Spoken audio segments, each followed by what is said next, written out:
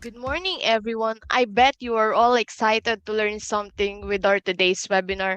But don't worry because we will be starting in a few minutes. So, bago tayo mag-proceed, kindly rename your Zoom display name with this format: agency name or your organization dash last name, then your first name. And the format is also sent to our chat box. Thank you.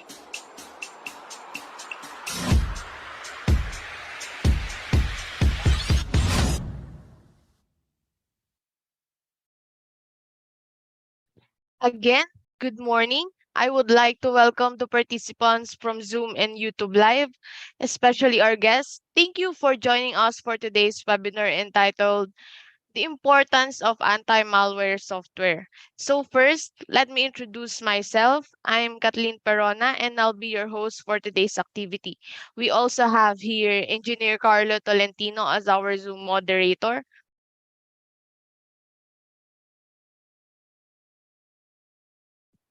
This webinar is part of the celebration of the National ICT Month 2023 na naging tradisyon na taon-taon kung saan yung DICT Region 3 ay nagko-conduct ng mga webinars for the month of June.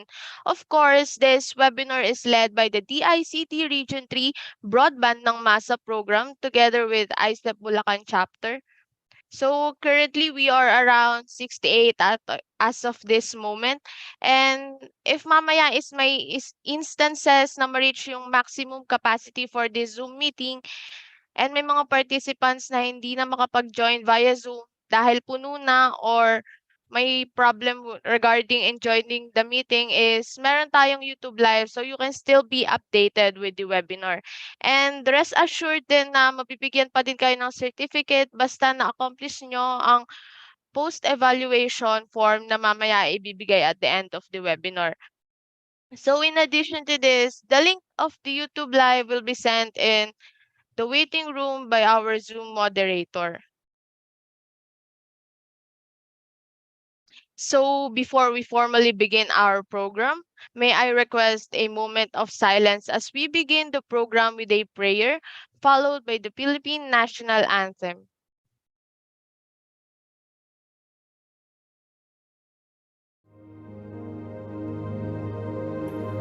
Let us feel the presence of our Lord. God, we thank you for every seat that has been filled here today. We are gathered here under the shelter of your wings, nurtured by your love and encouraged to fly by faith on the wind of your Spirit. We thank you in advance for your strength and grace that will sustain us and see us through everything that comes our way. Please guide us in every project, activities, and task we have every day. Take what we have prepared and multiply our efforts as only you can. Steer our intentions to align with your righteous will. Remind us of your faithful provision when our efforts fail us. May all glory go up to you when we reach the finish line and climb our benchmarks. Keep love at the forefront of our minds today and the guiding light for all we set out to accomplish and celebrate. This is our prayer in Jesus' mighty name. Amen.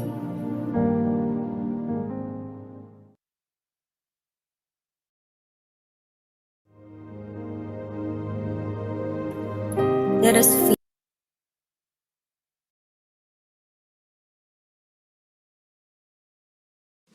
mga kababayan, ang pambansang awit ng Pilipinas.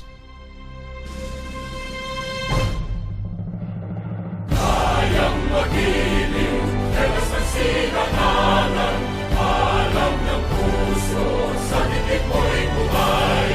Lupang hinirang, kuya ka ng magiting, sa manlulupin, di ka pasisingil, sa nagagang tutok sa simoy at sa langit mong bangaw, ay hinagang tulad, awit sa paglayang minamahal. Ang islang ng matawad mo'y tagumpay na nagtitindig, ang bituin at araw niya kailan pa may di magtitindig. Lumalang araw ng walhagin pagsinta, buhay langit sa piling mo. Ang inigaya ng barkay mga akin, ang mamatay ng dahil sa'yo.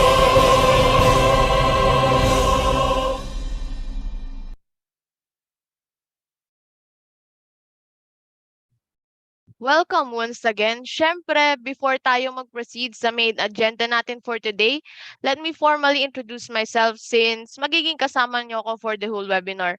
And I'm Kathleen Joy Perona, Kat for short. Currently, a third-year ECE student at Bulacan State University. And tulad halos ng mga nag-join sa webinar na ito is student pa lang ako and an intern at DICT Region 3 na nabigyan lang ng opportunity to host this kind of event. And sinisigurado kong marami kayong matututunan from our resource person.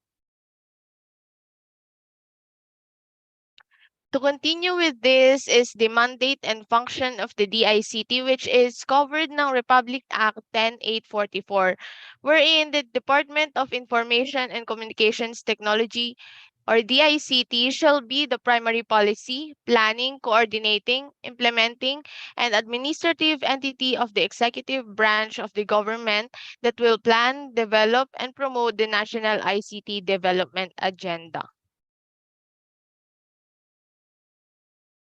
Then here are some of the projects of the DICT Region 3 for the year 2023. And yung iba siguro dito is familiar na kayo such as ILCDB, IBPLS, Digital Jobs PH, Tech for Ed, and the Broadband ng Masa, which is formerly known as the Pre-Wi-Fi for All. And ang aim ng project na ito is makapag-provide sila ng pre-internet access, especially sa mga lugar na wala pang access sa mga ganitong technology. This is to ensure na all of the fellow Filipinos will be able to learn and access the internet na mas makakatulong and makakapagpadali sa mga bagay-bagay, especially sa panahon ngayon na internet-based na halos lahat dahil sa mabilis na phase change sa technology for the past years. So, to formally open the session, allow me to introduce our partner in today's event, the ICEP Bulacan chapter, which is a professional regulation commission, recognized organization of professional electronics engineers in Bulacan. Everyone, let's give a virtual clap to Engineer Randel Kenneth M. Fajardo, the auditor of ICEP Bulacan chapter, for the welcome message. Good morning, sir.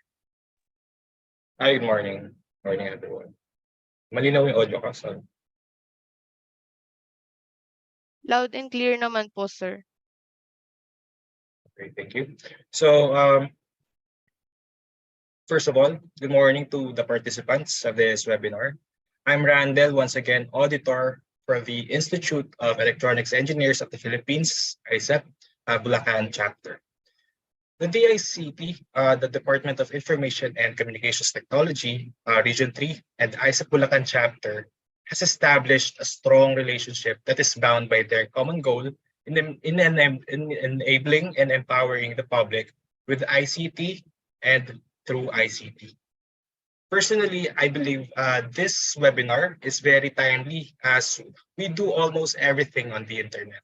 10 years ago, who would have thought that we would conduct classes, do bank transactions, shop on a consistent basis, and make video conference calls via social media? I remember a simpler time when the only cyber threat that we had was something was with someone using our Facebook accounts to send messages to random strangers on our friends list just because we forgot to log our accounts from units we use from the computer shops. Now, there are a lot of crimes we can attribute from similar mistakes with far worse consequences. These cybercrimes have been evolving in parallel with the advancement of ICT. And what better way to combat these criminals taking advantage of us being unaware is awareness. Of us being unknowing is knowing. The partner between DICT Region 3 and ICEP Bulacan chapter would like to give emphasis that cybersecurity is not only the responsibility of our experts and professionals, such as our speaker for today. It is also a collective effort for collaboration, knowledge sharing, and continuous learning. Everyone here actually in this webinar has already taken their part to establish and strengthen our digital stronghold, creating a network of informed individuals committed to fighting challenges posed by these cybercrimes, and specifically for today's webinar, against malware. We hope that you would grasp the idea of today's webinar, and I know that you're in good hands, as your speaker for today is from my alma mater, actually. So in behalf of ICEP Bulacan chapter, I would like to take this time again to thank our partners in the DICT Region 3, headed by Regional Director Engineer Antonio Padre, Technical Operations Division Chief Engineer Petronilo Villaverde, and the Broadband ng Masa team for making this, for organizing this webinar. To the participants, thank you for supporting this webinar. Every one of you embodies the theme for this year's National ICT Month, actually, as we take a step further into connecting communities, enriching lives, and forging the digital future of the Philippines. Thank you, and I hope you have a productive day ahead. And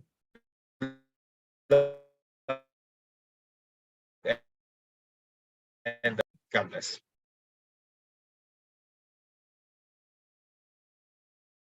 Thank you so much, Engineer Randel, for your wonderful opening remarks for this webinar. So before we proceed, let me give a sneak peek for today's webinar entitled The Importance of Anti-Malware Software.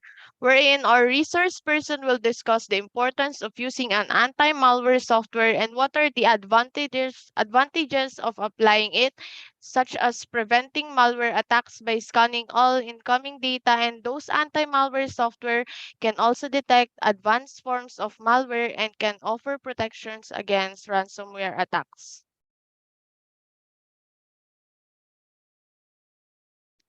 Next is the guidelines and reminders for this webinar.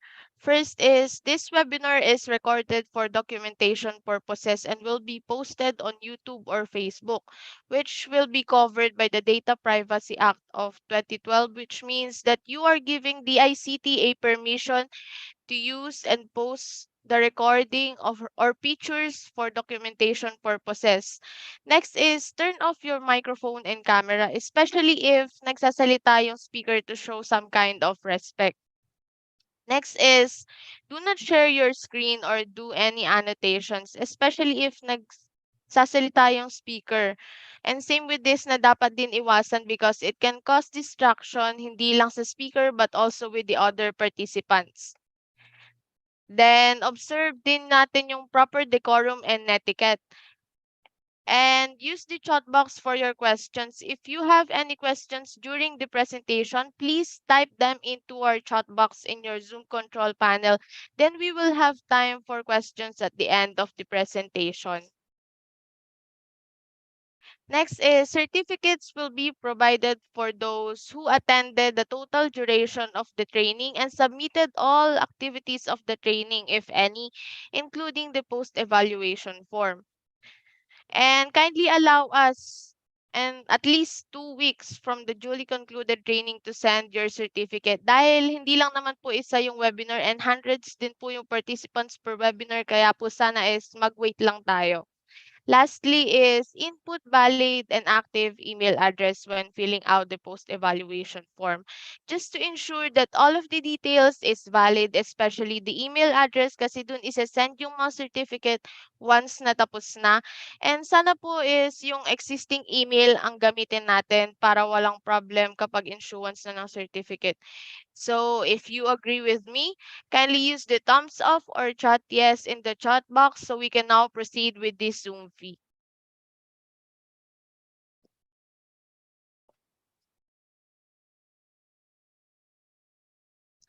So for the Zoom fee, everyone, let's take this as an opportunity to take a Zoom fee with everyone who attended this webinar. So I highly encourage everyone to kindly open your cameras for this photo opportunity with our resource speaker. So, dahil sa dami ng participants and hindi po kakayanin ng one take lang, sa first page po muna para makasali lahat. So, in a count of 3, 3, 2, 1.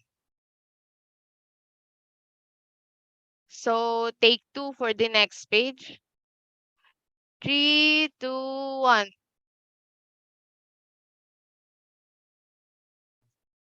So, for the last page and the last take. 3, 2, 1.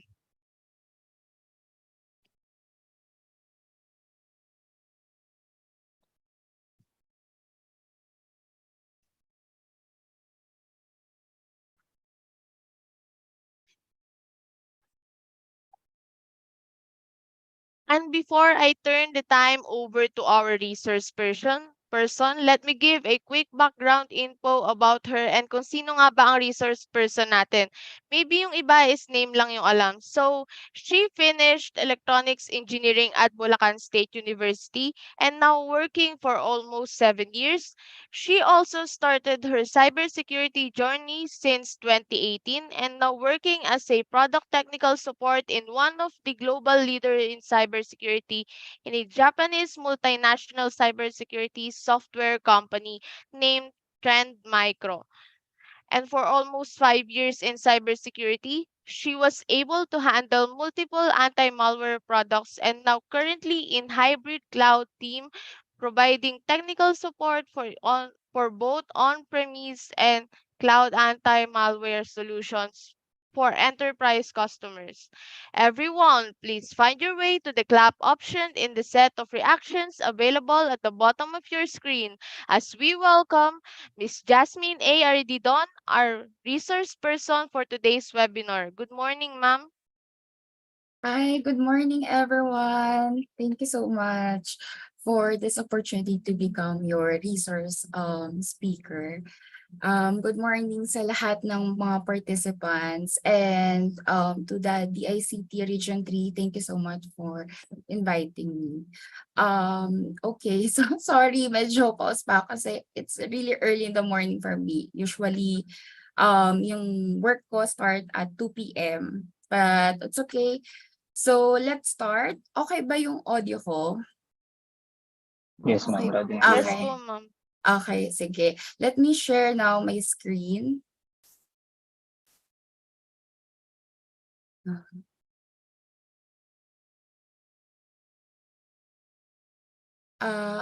Okay ba? Kita naman yung slides? Yes po, ma'am. Visible naman. Okay, sige. So, okay, I think we could now start. So again, I'm Jasmine Ardidon. I'm currently working in Trend Micro for almost 5 years na. Most likely, I'm on the product side. So we provide technical solutions to our customers worldwide.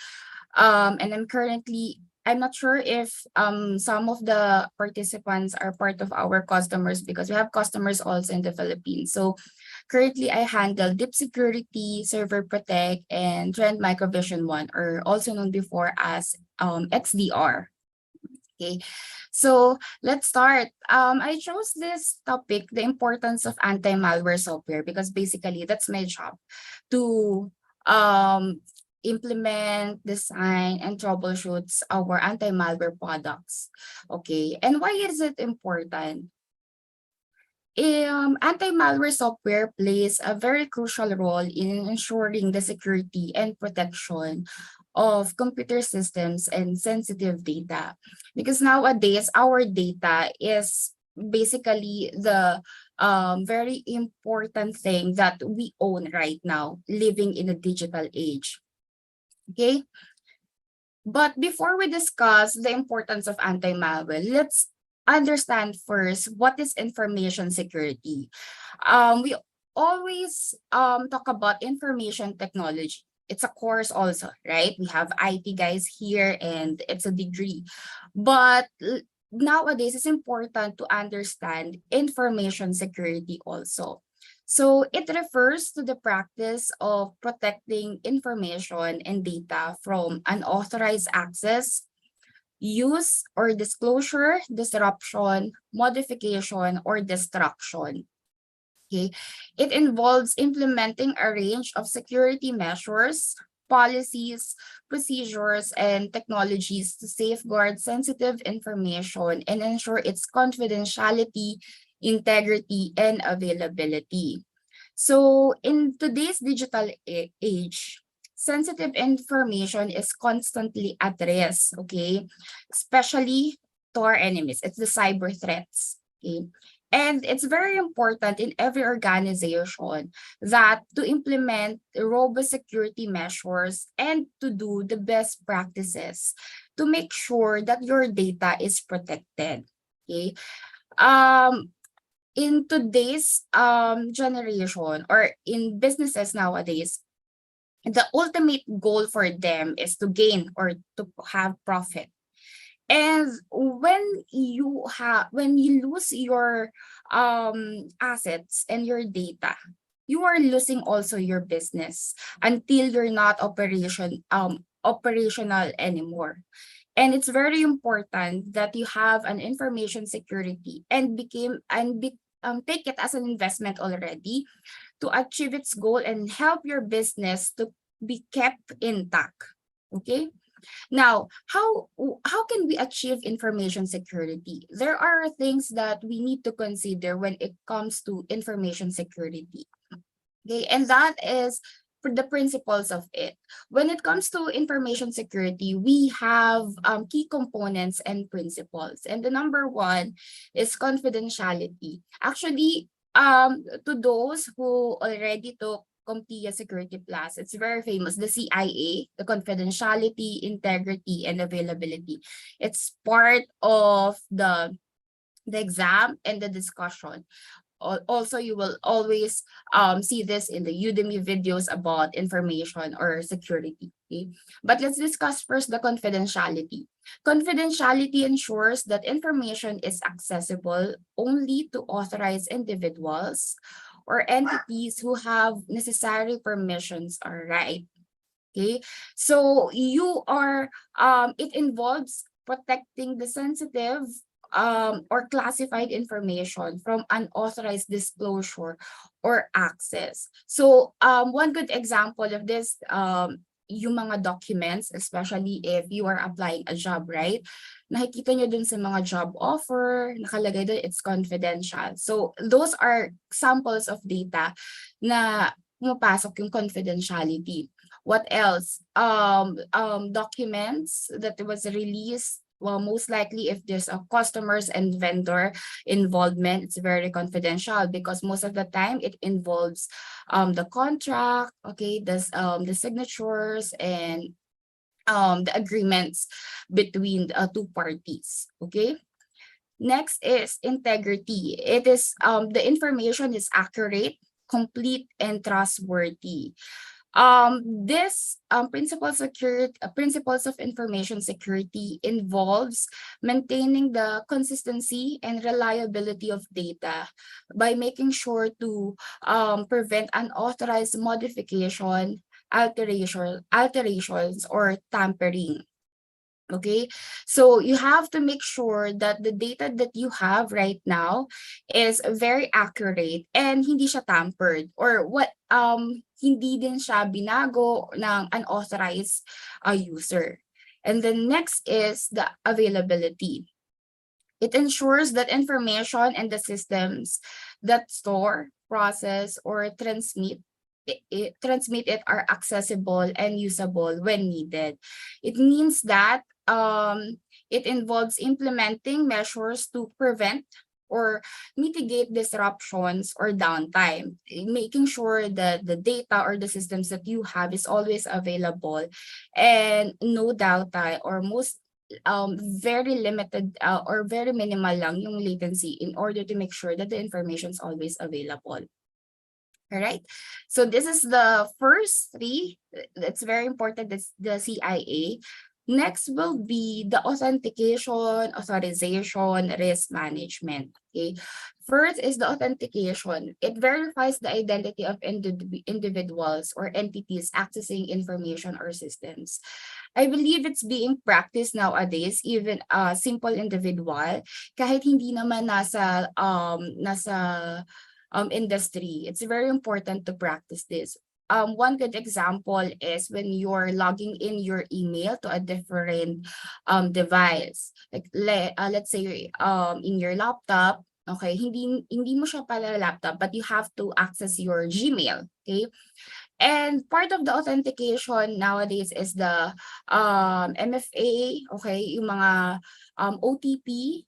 It will help you identify if ikaw ba talaga yung nagla-log in, because if you set your OTP to your mobile number, then you'll only be the one who can log in your accounts. Yung mga multi-factor authentication like Duo, if you have it, Google authentication, something like that. So you could use those. Okay, next is authorization. Determines the privileges and permissions granted to individuals or entities based on their authenticated identity. So this one naman, it involves defining yung control mo and permission dun sa specific system or data that you have to access. Of course, in an organization, not everyone has the root accounts or credentials ng mga root accounts nyo. Most of the time, yung mga admins yung meron yan. Yung mga yung database nyo, of course, the normal user cannot access your database. Yung nag-handle na Active Directory nyo, normal user cannot have the admin rights. Because it's very important to take note na yung rights or permissions na binibigay sa inyo as a normal user lang in the organization is very limited. That's why meron tayong mga IT team, IT personnel na pwedeng sila lang yung mag-install dun sa laptop nyo ng mga new softwares, okay? Sila lang yung pwede mag-connect sa inyo dun sa mga Wi-Fi because they know the passwords. Sila yung pwede mag-provide sa inyo. If you are new in the company, sila yung nagpo-provide sa inyo ng new emails, domain accounts. So yun, because they are the authorized person. But you as a normal employee, limited lang.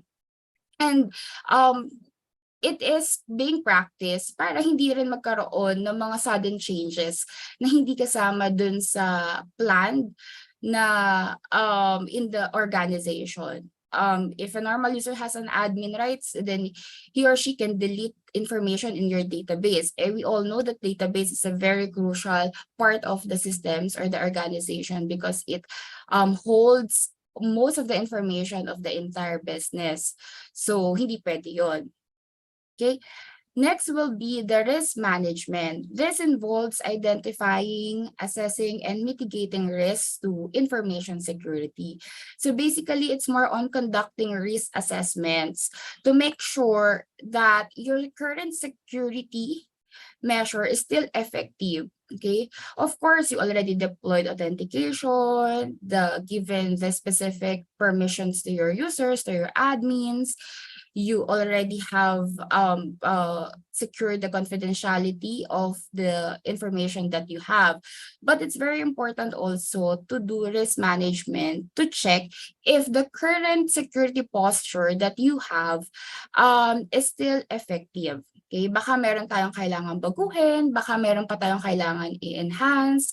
So it needs to be considered also. Okay. Next will be the security controls. In this part, it's the technical or procedural safeguards implemented to protect information and mitigate risk. So basically, dito na papasok yung mga firewalls, okay? Encryptions. It's very important to encrypt yung mga data. I believe those mga passwords, dapat hindi siya basta-basta na-access. So most of the time, it's encrypted. Okay? The access controls. Even if you have firewalls, you could still deploy IPS or IDS, intrusion detection systems or intrusion prevention systems as a layered protection. Okay? It's not advisable that you only have one security control or measure. Okay, at the end of the day, it should always be a layered protection. And of course, our people, there should be aware and provide security training so that kasi cyber criminals, they use users as the very point of entry in deploying their attacks. So it's very important to provide security awareness training to employees also. And of course, incident response procedures. It's more on worst case scenario, but we don't like it to happen that you encountered cyber attacks. Of course, you have to make sure that you implement incident response procedures also. And of course, recovery.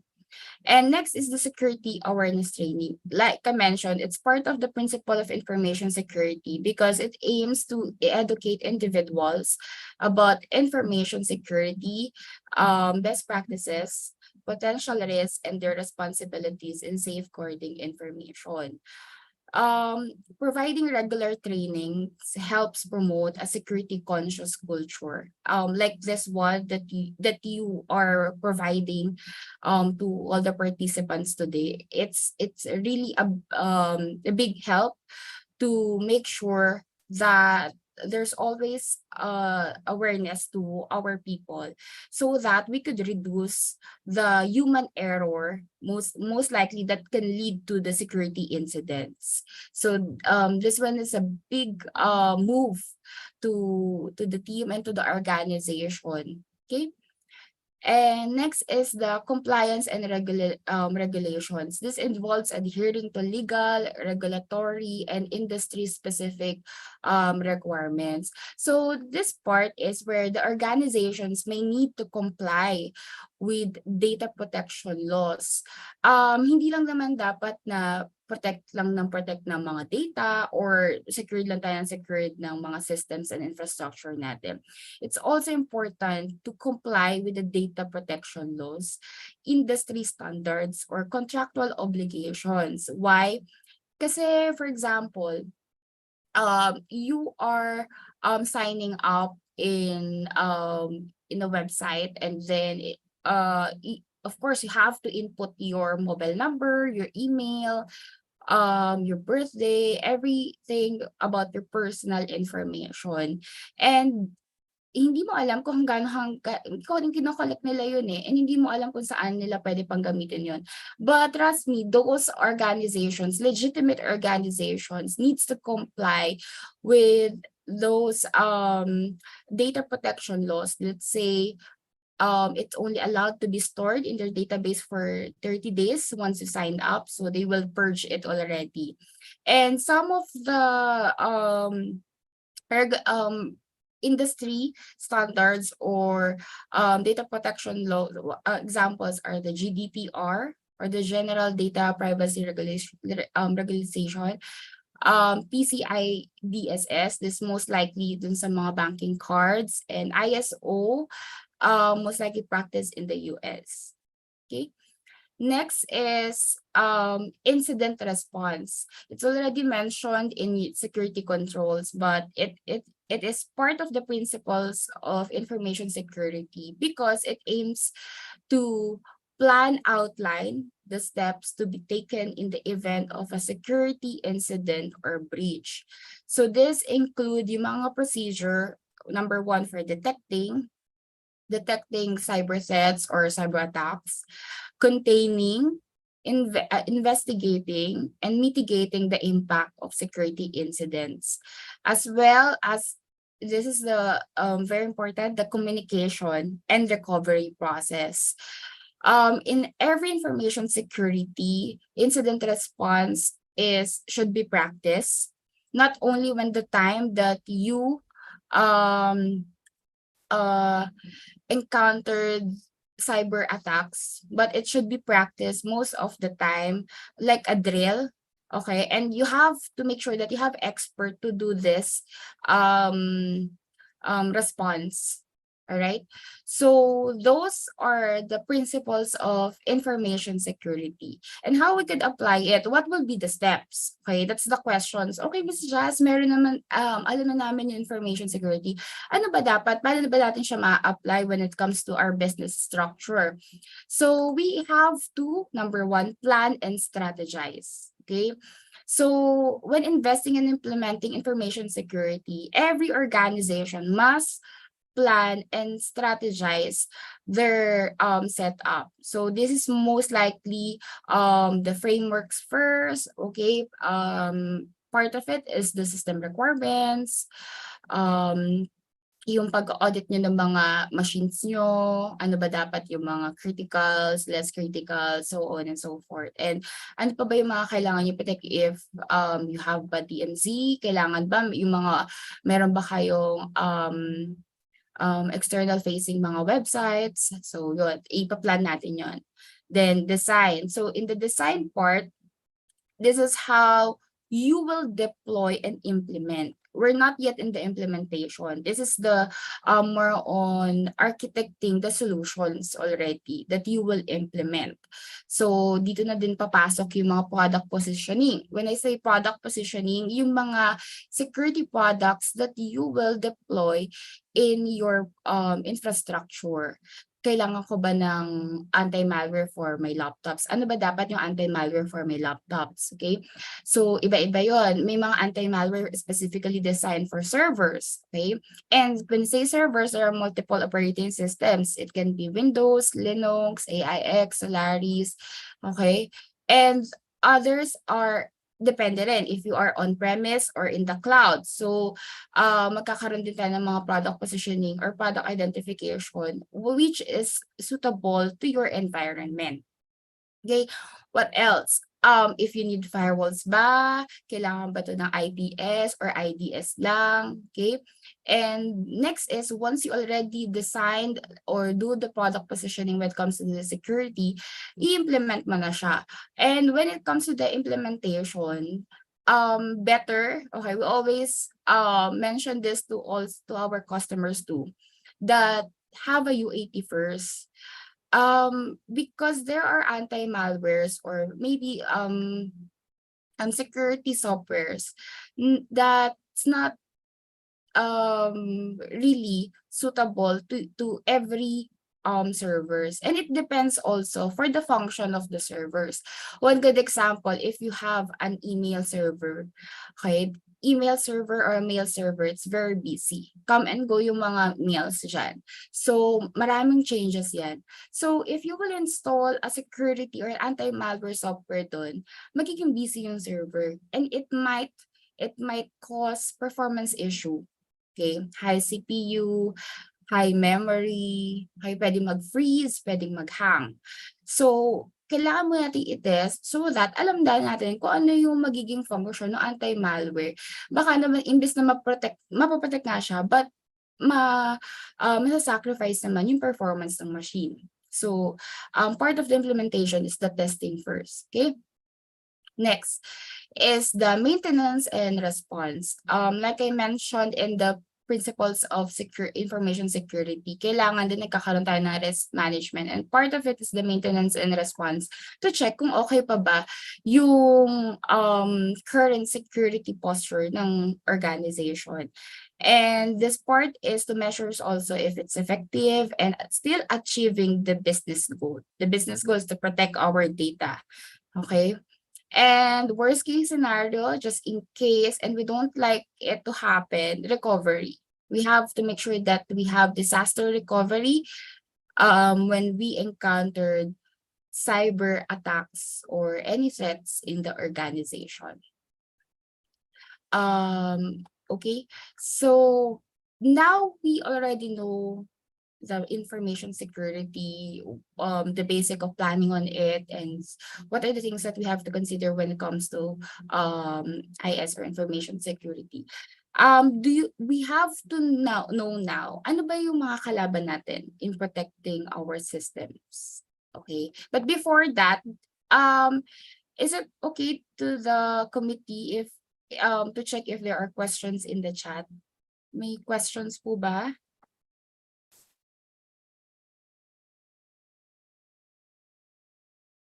So, now, ma'am, wala pa naman po. Okay, sige, thank you.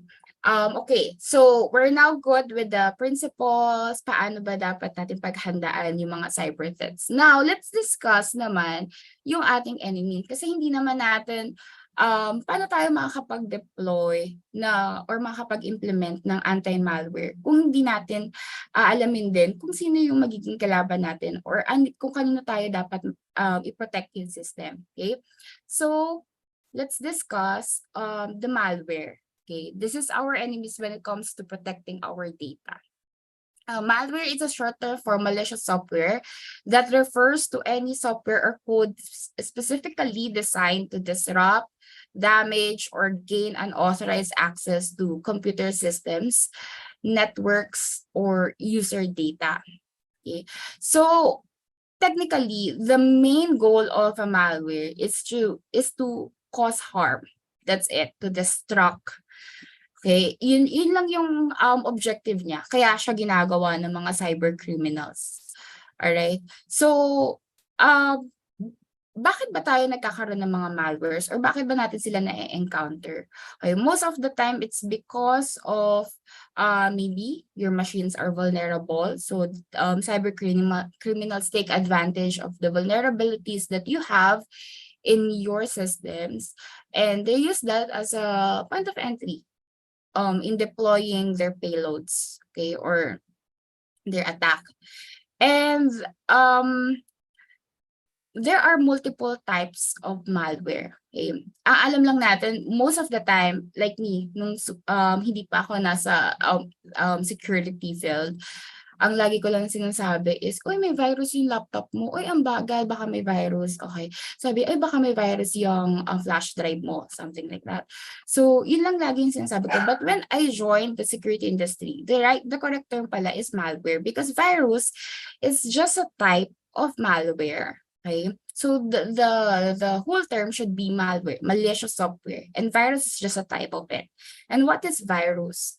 Virus are programs that replicate themselves and infect other files or systems by attaching to them. So they are self-replicating type of malware, meaning once they enter the system, they can propagate on their own.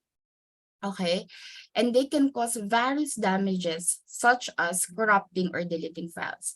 So, ito yung nakikita natin na pag yung file natin, kinapin natin or input in the flash drive, makikita natin 0 KB na siya. Ibig sabihin, most of the time, na-corrupt siya. Okay? Disrupting system and operating systems and spread to other computers. So, hindi lang siya sa laptop mo pwedeng mag-infect. So if there are interconnected computers to your laptop or to your desktop, it can propagate to those, as long as they have connectivity and the malware and the virus characteristics can go to other machines connected to the infected one. Okay, and there are other types or multiple types of virus. So, under siya ng malware, yung virus, and yung virus, meron din siya mga types. What are those? Okay, number one is the boot virus. So, this is a malware that infects the boot sector of a computer's hard drive or the master boot record. Okay, so, meaning the boot virus, ang ini-infect niya is yung boot sector of a disk-like hard drives. Okay, and the boot sector contains codes that are being executed during the system startup procedure. And then, niloload niya yun sa operating system. And once the boot sector is infected, magra-run yung virus every time that your operating system boots up. So parang hindi siya nawawala, parang hindi siya nalilinis kahit may anti-malware ako because the infected one is the boot sector. And then kahit i-turn on, turn off mo siya and then you, kasi ang thinking natin pag pinatay natin, then inopen natin ulit, baka bumalik na siya sa dating performance niya, yung mga machines natin. But little did we know, it's a boot virus already. So once you boot up, the virus will run. So ganun siya. Okay, kasi loaded na siya dun sa mismong boot systems nyo. Okay, next is the macro viruses. It's a type of malicious software that infects files that support macros such as documents, spreadsheets, or presentations. So this is in the form of VBA code. Okay, that specifically target, it mentioned here, documents, spreadsheets, or presentations. What are those? Microsoft Office files, your Word file, your Excel file, your PPTs. These are the target files that macroviruses really likes to be infected. Okay, so this viruses place malicious macro that is executed whenever the infected document is open or sometimes, okay, even close. So, kanina, yung boot virus, pag ino-open mo yung laptop mo or binuboot mo yung operating system. Sa macro virus naman, pag ino-open mo yung Microsoft file, okay, dun siya naglo-load. Or, kahit nga minsan, hindi mo siya ino-open eh. May mga ganun naka-advance yung macro viruses nowadays. Okay. Next is the binary file infectors. These are the infectors, type of malware that infects executable files such as .exe or DLL files by modifying their content. So, ano ba yung mga .exe? Ito yung mga applications natin eh. Let's say you want to install Google Chrome. I think Chrome.exe siya, right? So, yun, pwedeng infected yun. Pagka-run mo nun, kasi you want to install it in your machine, then little did you know, it is infected already because there's a binary file infector on it. Okay, once an executable file or the .exe is infected, yung virus executes every time the host executable file is executed. So, every time na i-open mo siya, kasi na-install mo na si Chrome, diba? So, yung installer mo is infected. So, every time na i-open mo yung Chrome, nag-load yung virus dun. Okay? So, that's how it works. And we have now the script virus. It's a type of malware that infects script files. So, yung mga script natin, most likely there are the Visual Basic script, JavaScript, yung .py or yung mga Python, yung mga Perl. This one is very powerful because sometimes it's not just a script virus. They contains a lot of blended threats inside of the script. Okay, so they just search the behavior, most likely is they just search the whole disk for other scripts na tatawagin nila to infect the whole system. So, ganun siya. Sometimes naman, like I mentioned, may mga nakaload pa sa kanyang blended thread sa loob ng script na ito yung gagawin niya, ito yung mga pwede niyang i-encrypt na mga files, or yung disk mo or mga drive mo palalabasin niyang super full na so hindi ka na makakapag-save or makakapag-backup. So something like that. Okay? And those are the common virus types. Now, let's say, I think may question tayo. Once po ba na-infected na ang laptop sa virus, kapag ni-reformat, babalik po sa dati? It depends. Okay? It really depends. Ano yung babalik sa dati? Is it your files ba?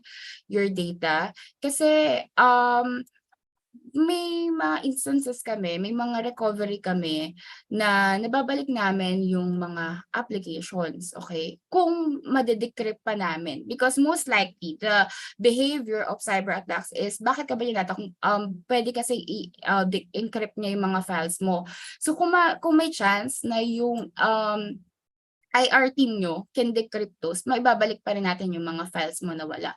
But worst case scenario, it really happens in the industry. Hindi na nababalik yung mga data. So one good example, even on the anti-malware database, because we have database also, right? Will store yung most likely yung mga incidents, events na detected. Pag yun yung tinarget and you don't have backup, hindi na natin siya mababalik. But we can clean. Okay, i-delete natin yung mga running na mga processes, services na nagbo-block dun sa anti-malware product to detect it. Pero yun, we can clean, we can reformat, but it really depends if you have a backup. That's why it's very important to have backup also of your files, not relying on storing it in your laptop alone. Okay? Next question, advisable po ba ang pag-reformat if infected siya? Kailangan muna natin talaga siyang i-clean. That's the important thing to do when infected yung machine. Yun yung ginagawa muna namin. I-clean muna namin yung machine and then dun pumapasok yung reformatting. Depends on the recovery system or recovery procedure ng isang industry. Is it true that anti-malware antivirus vendors are responsible for writing the malwares or viruses? Since I'm from the vendor, we know the malwares, of course. We have the red team, we have the blue team. We know the malwares and the virus.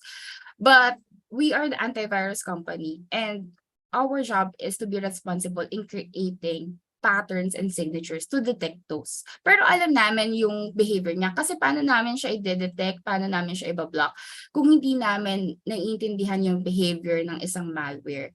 But we're not responsible in creating malwares to harm our customers. Of course, we will not do that. We're most basically focused on providing solutions against cyber threats. So we have a dedicated team who are responsible in doing testing. Okay.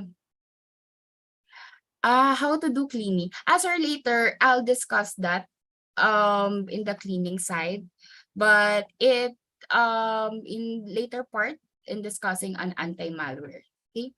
So ayun, thank you so much for the questions. Why does antivirus, anti-malware software slow down computers?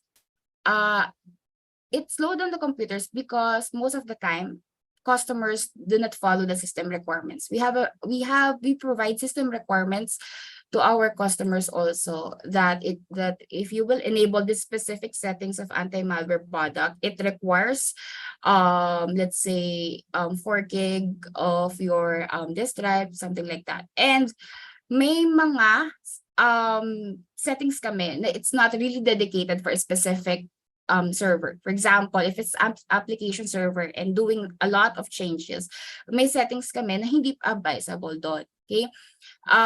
That's why there are customers still experiencing slowdown of their computers, and because it's very busy, anti-malware, it will the behavior of it's will once you open, create, or download a file, it will scan it. But if your machine's very busy doing a lot of changes like that, then the anti-malware will keeps on scanning those, right? So magkukos talaga siya ng slowness. So we have to assess also the target machine you want to install the anti-malware to do a correct product positioning for those. Okay? So yung ibang questions, I think, will be answered from the other slides. Okay, so Yes po, ma'am. all right. So now we're done with the common virus types. Let's go now to the worms. Okay. Worm is another type of malware that is designed to spread rapidly across networks and systems. So typically without requiring user interaction. Unlike virus, it can still do self-propagation, but it requires user intervention. Like you have to open the Word file, the PPT, the infected script, okay? But worms, they don't require user interaction. Once they enter your system, it can do self-replicating programs that exploit vulnerabilities in computer systems and to propagate and infect other devices.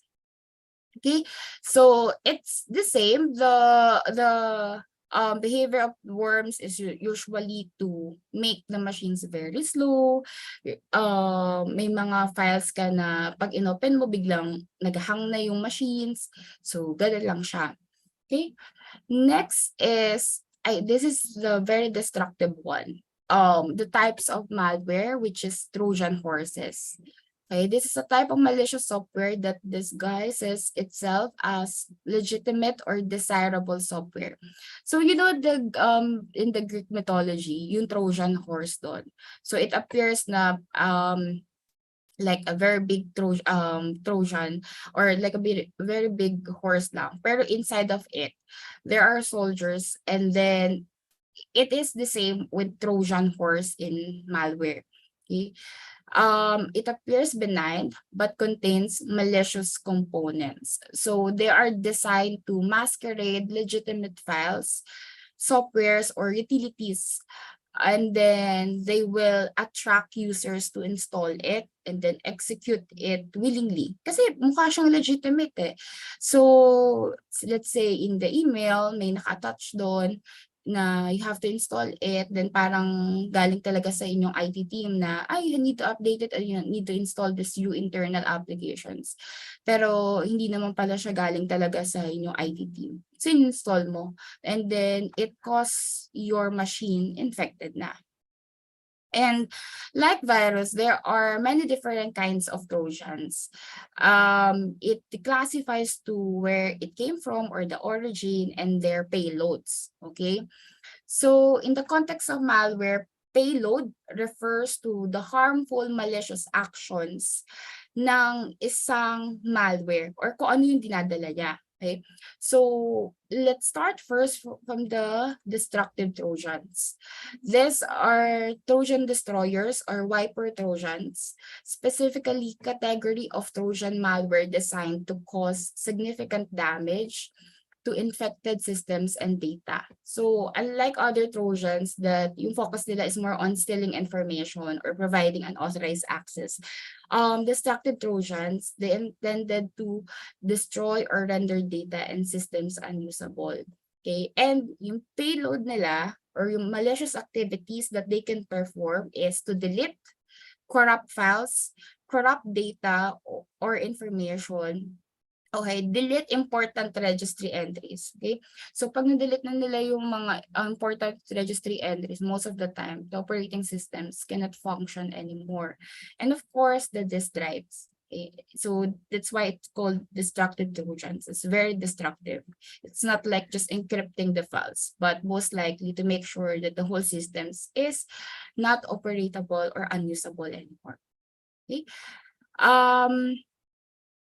Next is Trojan droppers. It's also known as malware droppers, and this type of malicious software designed to deliver and install additional malware onto a target system. So yung malware actions niya or payload niya is to drop one or more malware and execute the malicious file to the target. So basically, in the very beginning, yung droppers, hindi pa naman siya malicious. Pero once na nakapasok na siya ng system mo, yung main goal niya is or yung naka-attach sa kanya is one or more malware. It can be a destructive Trojans, or it can be a virus, it can be a worms. So, ang main goal niya lang is makapasok dun sa system and ma-drop niya yung goal niya na ma-execute na mga malwares. Okay? So, what are most likely a Trojan droppers? It's came from most of the time in mga zip file. Okay, kasi once you extract the zip file, nandun na yung mga files. So, download mo lang yung zip file, right? Pwede kasi i-rename lang yun na let's say it's a Microsoft Office and then nasa loob nun yung mga malware or mga scripts. Pwede yun. Okay. Next is Trojan downloaders. So from the word itself, we have to download it. Okay, it's downloader, type of malware designed to download and install additional malware in the target or compromised machine. So main focus naman ng downloader is to perform the download and install the necessary malware in the system. So basically, you will download the malwares from emails, malicious website, and execute the download files. That's why it's still being used, the very famous line, think before you click. Okay? Because hindi mo alam na pag pumanto ka dito sa website na to and then they will ask you to download this. Okay? Merong malalaking image na if you're looking for installer, then nakalagay doon download it here. So, little did we know na meron siyang mga malicious files na, and sometimes it can be Trojans that contains a really destructive effect in your system. So, initial infection ng downloaders is yung point of entry nila. Emails, going to malicious websites so that they could distribute their attacks once you download those files. Okay. Next will be Trojan clickers. So this most likely an adware. So yung mga advertisements na nagpa-flash sa mga websites, sa mga applications, do not click those. Okay, wag tayo magpapabudol doon because it can be a Trojan clickers and it can be a type of Trojan that is designed to generate fraudulent clicks on online advertisements. Okay, the main goal of this Trojan clicker is to engage in click fraud. It's not that really destructive, but once you engage in this type of Trojan, mapapansin natin is it will consume system resources because that is its payload. Okay? Or modify browser settings. So check also kasi yung mga browsers natin, most of the time we do bookmarks yung mga important URLs or websites that we need to access, especially in our work. Okay, so check also your browser settings, baka may mga changes na nagaganap doon because we're not that really aware pa about Trojan clickers. And yung pag-attempt to connect in malicious website. So check your websites na mga ina-access nyo from time to time. It's very important. Okay? And next will be Trojan backdoors. So Trojan backdoor creates a hidden entry point or backdoor on an infected system. So these backdoors provide unauthorized access to the compromised systems, allowing attackers to control and manipulate it remotely. So basically, the payload of it, it's just unauthorized access to a system. Kaya nga siya backdoor eh. So the user is not aware na may mga unauthorized access na nangyayari sa system nila. And once they access the system, they will control it. They will change your passwords, mga root accounts. Okay? They will collect the important data. They will try to install more malware so that it won't be functional anymore. And yeah, most of the time that's the payload of a Trojan backdoors. And hindi na naman uso yung CD, but before, it was mentioned the Trojan backdoor, some of its payload is to open and close CD tray in CPU or laptop. So parang open siya ng open, diba? So once one of its payload is open and close CD tray. All right, and yeah, so that's Trojan backdoors. Next is Trojan spies. These are also known as Trojan spyware. Okay, that secretly gather information from a compromised system or device. From the word itself, spyware, it's like a spy, specifically created to collect sensitive data, monitor user activities, and relay the gathered information to malicious actors. So the main objective of Trojan spies is to steal user information, such as accounts and passwords, and still email messages also, yung mga conversations, yan. So, even yung mga serial keys, what else? Activation codes that can be used to your applications, licenses, okay? They can collect those, all right? And next is the Trojan proxies. I know there are networks engineer here, so you know that proxy plays a critical role in network setup. And cyber criminals take advantage of that also. So they now have Trojan proxy that creates a proxy server on the compromised system, which acts as an intermediary between the attacker and the target network or online services. It can monitor internet activities happening in the network while still hiding its identity. So yun naman talaga yung goal ng proxy, right? But in this one, it's destructive because the payload of the Trojan proxies is to accept all traffic from the internet. We have proxy nga to not really expose your internal machines directly to the internet. But this one, it will, once they create a proxy server, a Trojan proxy in your system, they will accept all traffic from the internet. And then the attackers can easily enters your system. Right? So those are kinds of Trojans. Now, there's another type of malware, okay, which is, I think it's very famous because it is really happening and there are a lot of famous type of malware like this one, the ransomware. Okay, from the word itself, it is a ransomware or ransom. It consists of ransom. And the main objective of ransomware is to encrypt files or lock access to a victim's computer or data until the ransom is paid to attacker. So they requires money. It involves money. This often includes a time limit within which the victim must pay the ransom. To those who watch the K-drama, the startup, I think so. Makikita nyo doon na ransomware yung bida, diba? Nung magde-deploy na sila ng or I think yung represent na nila yung application nila or business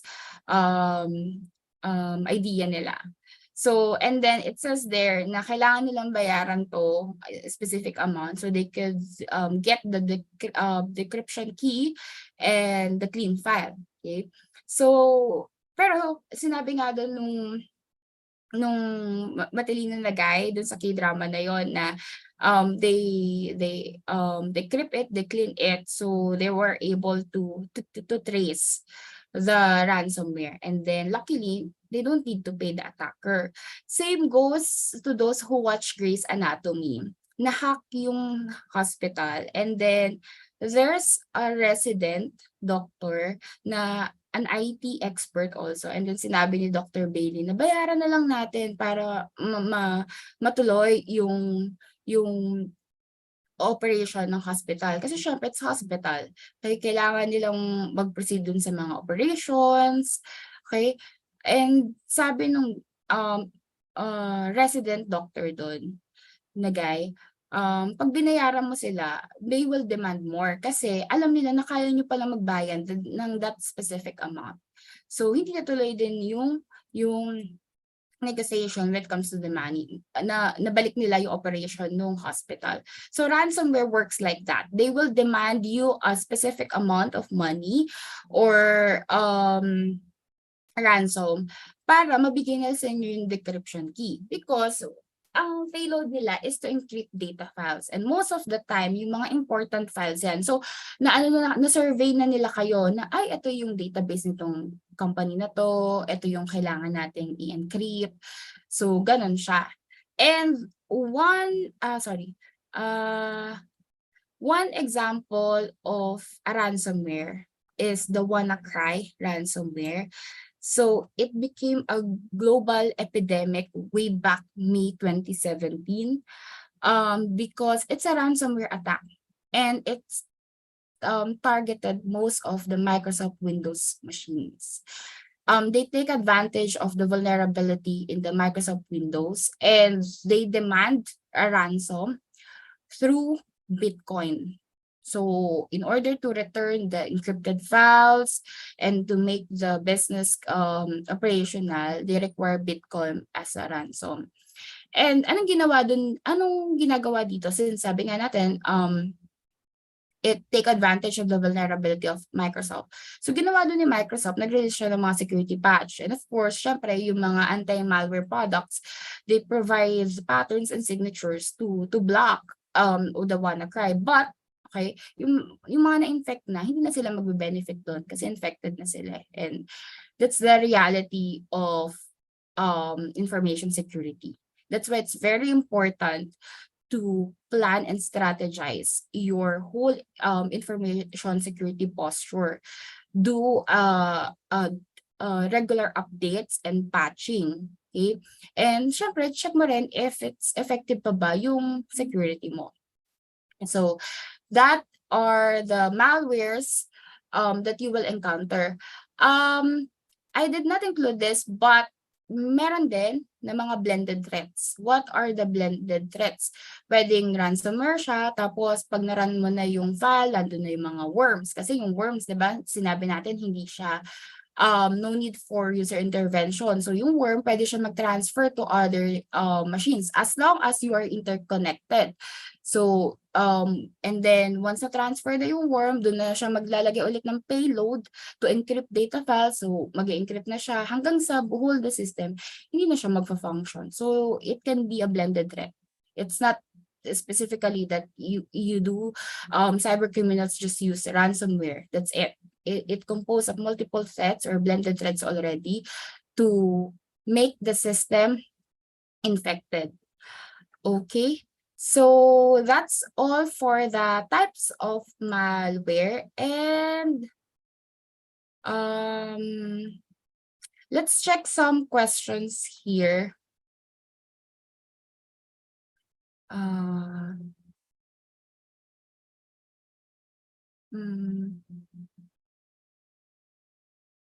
Pwede po makahingi ng copy ng PowerPoint. Okay, sige.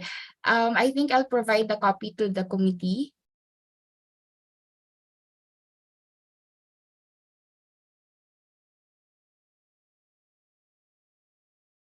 Okay, nasagot na naman yung ibang questions for the ransomware.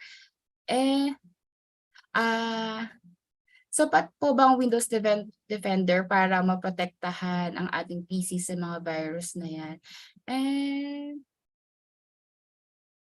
Yeah, I agree with those who answer already the question.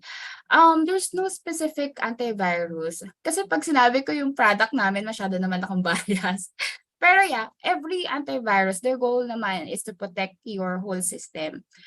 Just make sure that you patch, you do security updates in your laptops or your PCs, and at the same time, make sure to have a backup of the important files that you have. Yun. And then, check din tayo sa mga dina-downloads natin, ini-install natin. Just make sure it comes from legitimate sources. Ito, may mga virus po ba na mahirap ma-detect? Yes, meron. Meron tayong tinatawag na mga zero-day attacks. Sila yung wala pa talaga sa wala pa siya sa study ng mga anti-malware solutions company. So that's why it's ang prevention doon is to have a layered protection. Kung hindi pa siya detected, make sure that you have your protection. Kasi kahit naman hindi pa siya detected or wala pa tayong patterns or signature to detect that, kung hindi naman siya makakapasok sa system mo because you have firewalls, you have proxies, you have IPS, okay, and then hindi rin naman, let's say hindi naman exposed din yung machines or yung mga users are aware not to download everything from the internet. Yes, mahirap siya detect, but it can be prevented from applying those layered protection.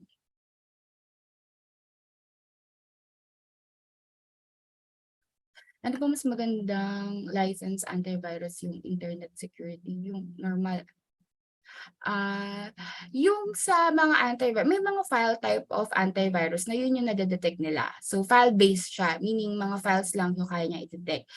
Pero may mga virus na they could, combination na siya ng mga settings. They can detect na yung mga applications also. So, and even the behavior of the malware, not relying on the file type. If it's .exe, .docs, there are anti-malwares in the market that they can detect based on the behavior in the systems of the machine.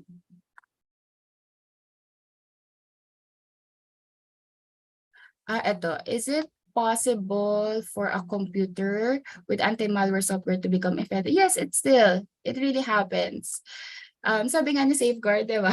99.9% of yours yung kaya niya. So there's always 0.1, parang gano'n. So 0.01. So yun, pwede pa rin naman. Okay, but pwede naman na i-prevent na hindi. Okay. And paano po malaman ng files na sinend sa iyo, lalo na sa email, is may malware or virus? Ano pong advisable na antivirus na madaling makadetect ng virus sa PC? Ito, we have email security. Okay, later on, we will discuss those. If you think na ang anti-malware lang is designated to your laptops or to your servers, antivirus companies produce security also for emails. So before even yung mga spams, so mapapansin nyo, bakit sa company nyo hindi kayo nakaka-receive ng mga spam emails or anonymous emails, di ba? Kasi may mga protection na sila na binablock na nila yung mga spam. So ganun naka-advance ngayon yung mga security software. So don't worry for those. But it's a license, of course. I don't think there are free trial for that, but you can check your current antivirus and your company also. I believe they have those already email security that they can block spam. Okay, kasi in our case, if we have a product for email security, and it's very important that they don't receive spam if it's part of their settings, na dapat walang spam yung mga Outlook, yan, or mga Gmails. So yan. Okay. Now, let's go to the systems and infrastructure. Because, okay, alam na natin kung paano mag-protect, diba? Alam na natin yung enemies natin. Ano ba ipoprotect natin? Okay, it is systems and infrastructure in information technology. Okay, it refers to the components and resources that enable the management, storage, processing, and communication of information within an organization. It encompasses the hardware. What are the hardwares? Your laptops, your servers, okay, even your mobile phones. What else? Tablets, okay. They are parts of the hardwares. Then it also composes software. What are your softwares? It's your programs, companies or organizations' internal applications, operating systems, Windows, Mac OS, Linux, okay? Even the Microsoft Office, part of the software, and Google Workspace, all right? And databases, Oracle, SQL, and your own enterprise systems. If you have internal applications being used that's custom made in your company, those are part of the software. Next is networks. So IT system and infrastructure, of course, we need network. So these are your local area networks, your WANs, wireless networks such as Wi-Fi, even your routers, switches, firewalls, and other network security measures that involves networks. And other supporting elements, what are those? Data centers. Usually data centers are where the whole, not whole, but most of the time, the organization's IT infrastructure is residing. And the other organizations um, elements are, now we have the cloud infrastructure that can be included if you are already transitioning into cloud. What are those? AWS, Azure, Google Cloud. So that can be included in the whole system and infrastructure. And these are the things that we need to protect in cyber attacks because it holds our data. And like we said, the data and our assets is the business um, very important thing that needs to be protected because that's what keeps the business going. And then that is where they gain profits and achieve their goals. Okay. And what is the very heart of the information technology? Um, this is the one that process, store, or transmit data. And that is the computers. Okay, the computers is the very heart of information technology because basically they do all the job. Process, store, communicate, okay, and then receive data, transmit and receive data. All right. And there are, if you have multiple computers and they are interconnected, it is now called endpoints. Okay. So endpoints, not technically we need to be a PC or desktop or laptops. There are two major types of it. It is the servers and the workstations. The servers, your Linux server, your Windows server, AIX, Solaris, okay? Your workstations, it can be your laptop, desktop, tablets, or even your mobile phones, okay? Why am I discussing this? Because we are going towards the things that we need to protect and where we could apply the anti-malware. Okay, now what is a server? Basically, it's just the one that being kept in the data center. Okay, yung mga admin natin dyan, yung mga server admin, okay? So sila yung madalas na nandito and they are the one administering the servers. Servers are basically endpoints that host and plays a crucial role in hosting the applications, databases, computing services of the company. Okay? And they can be remotely accessed. Kasi nga, they host applications, they can host your websites, they can host your, it also hosts your email servers. So they can be accessed remotely. And most of the time, servers are the very critical endpoints when it comes to the IT infrastructure. Okay? Hindi dapat siya basta-basta nire-reboot. Hindi siya basta-basta dapat ina-applyan ng mga patches, not unless meron kayong maintenance scheduled, okay? Hindi siya dapat basta-basta ina-upgrade. Okay, it should be discussed with the admin server, the expert with that specific operating system. Hindi siya dapat basta-basta nag-access ng mga kung ano-anong website inside of it. Okay, so yun. And dapat minimal lang or dapat nga wala siyang downtime eh. Okay, or sobrang dalang. And dapat wala din siyang latency kasi nga if it's an application server and your users need to access it, dapat lagi siyang up and running. So these are the very critical servers. Okay? Next is the workstations. So yung workstations are the endpoints naman that being used directly by the users. What are those? There are your desktop computers, your laptops, your mobile phones, notebooks, and even tablets. Okay? So, dito na yung mga ginagamit lang natin. Ngayon, may laptops, and then you could do your day-to-day job. Okay? So, yun yung mga workstations natin. And now, we will now go to the endpoint security. That's why we discuss endpoints, the computer servers, because since endpoints handle digital assets, okay, they need to be protected all the time. And the assets kasi na hinahawakan ng mga endpoints natin are what, let's say it's the valuable possession in this modern era.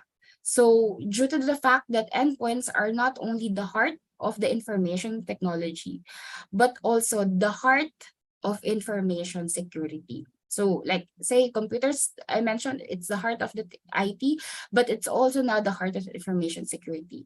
And all information security implements are being done to secure endpoints together with the network that interconnects them.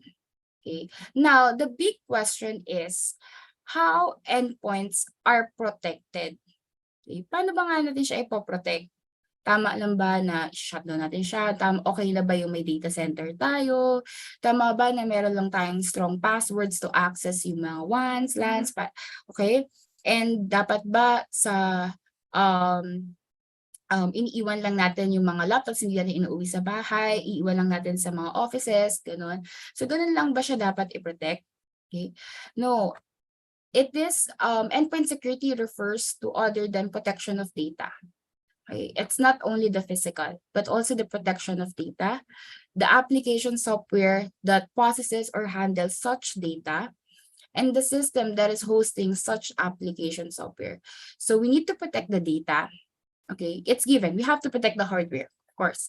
Then we need to protect the data, the application that hosting the data, and the system that's hosting the application that holds the data.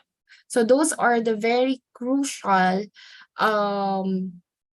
things that we need to protect when it comes to endpoint security. Okay, so endpoints include, like we mentioned, desktop, computer, laptops, tablets, and we aim to protect those, okay, against security threats that we discussed, the malwares, okay, that can do unauthorized access, okay, data breaches, and worst case, cyber attacks to the whole organization.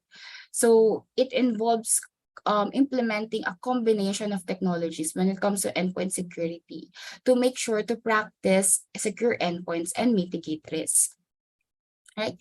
And now we discuss malware, and we all know that malicious programs such as malwares could inject codes in the process, space, or other running application programs. So they could compromise the security of the data being processed by affecting data confidentiality, possession, integrity, authenticity, availability, and utility. So any software that processes or stores, transmits, receives, and even generate the data should always be free of bugs and should not be exploited. Because if they have or if they can be exploited, then cyber attackers can take that as an advantage to exploit the system. Okay, so we already discussed this. We already know our information security, the principles, the malwares.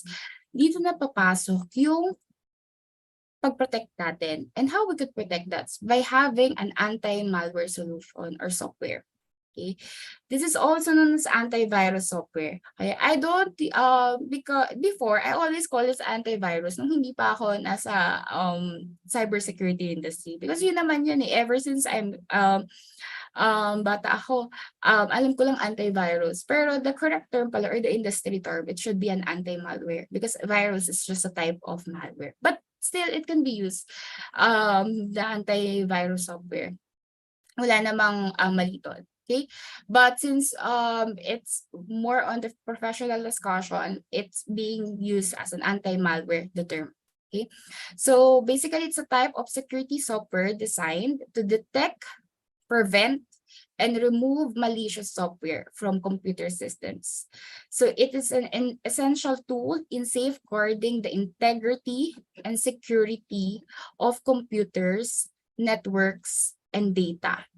Okay, so it's anti-malware against any malwares. So that includes protections against viruses, worms, trojans, ransomwares, okay, blended threats, and act as a defense mechanism, okay, against these threats para ma-minimize din natin yung risk of infection and damage to the systems and data.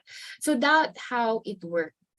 Okay. And what are the functions of it? Kasi it's just ano lang ba siya, detect lang ba siya, or ipe-prevent lang ba niya, or makiklin lang ba siya ng mga malicious software? Yun lang ba yung gagawin ng isang anti-malware software? To answer this, let's discuss the functions of anti-malware. Okay. So parang ang alam lang natin, magde-detect lang ba siya, magre-remove lang ba siya ng malware. But to be honest, the anti-malware nowadays, the softwares are very powerful. And since cyber criminals create really destructive attacks or malwares, of course, anti-malware providers should also enhance the settings or the features that they offers to make sure to protect their customers. And the number one functions of an anti-malware is malware detection. Okay? It scans files, programs, and system errors to detect the presence of malware. So that's the basic detection. Okay.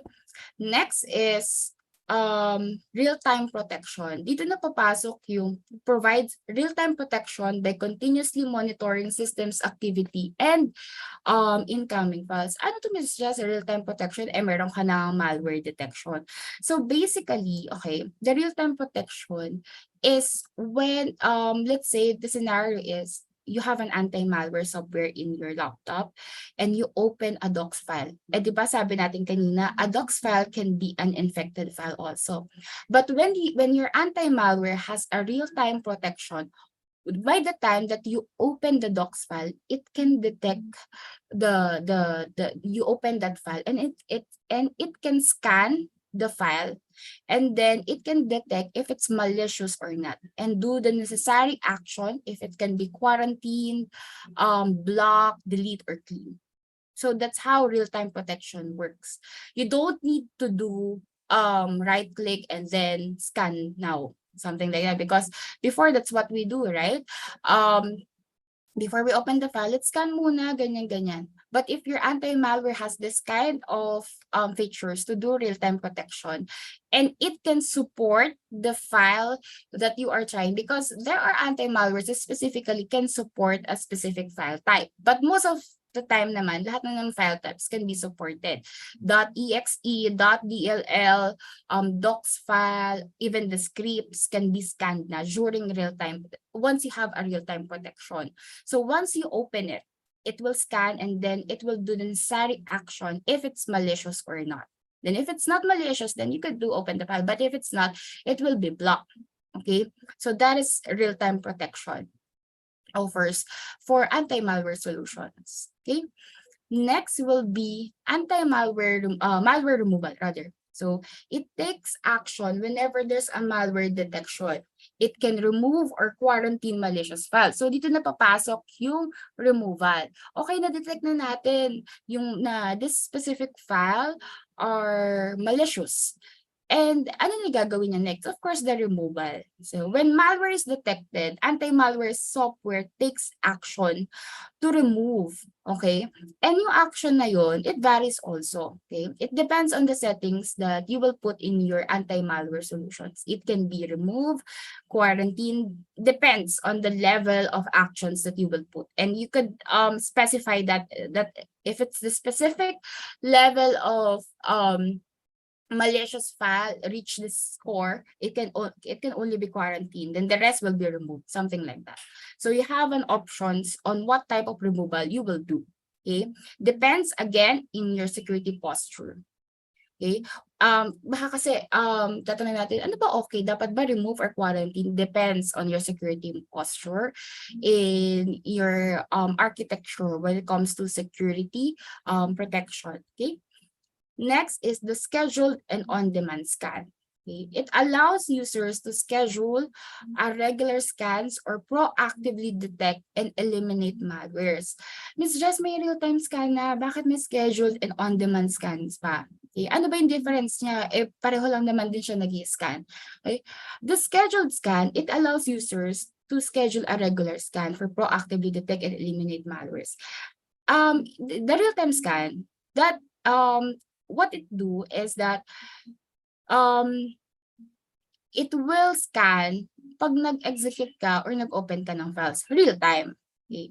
But what happen if yung machine mo meron na dong mga files na hindi mo naman ino-open pero malicious siya, 'di ba? Hindi ko naman ino-open tong ano na to PPT na to eh. And then parang ba't na-detect siya? Because of the just scheduled or on-demand scan. Because the scheduled on-demand scan can scan the whole system. Even if you're not really accessing those files, it can be scanned. So that is why it also requires you to schedule a regular scan for proactive detection and elimination of malware. So ganun siya. Kaya may mga customers kami na na-encounter na ba't sa scheduled scan na-detect to, sa real-time scan na-detect to. At some point in the real-time scan, because the time that you access the file.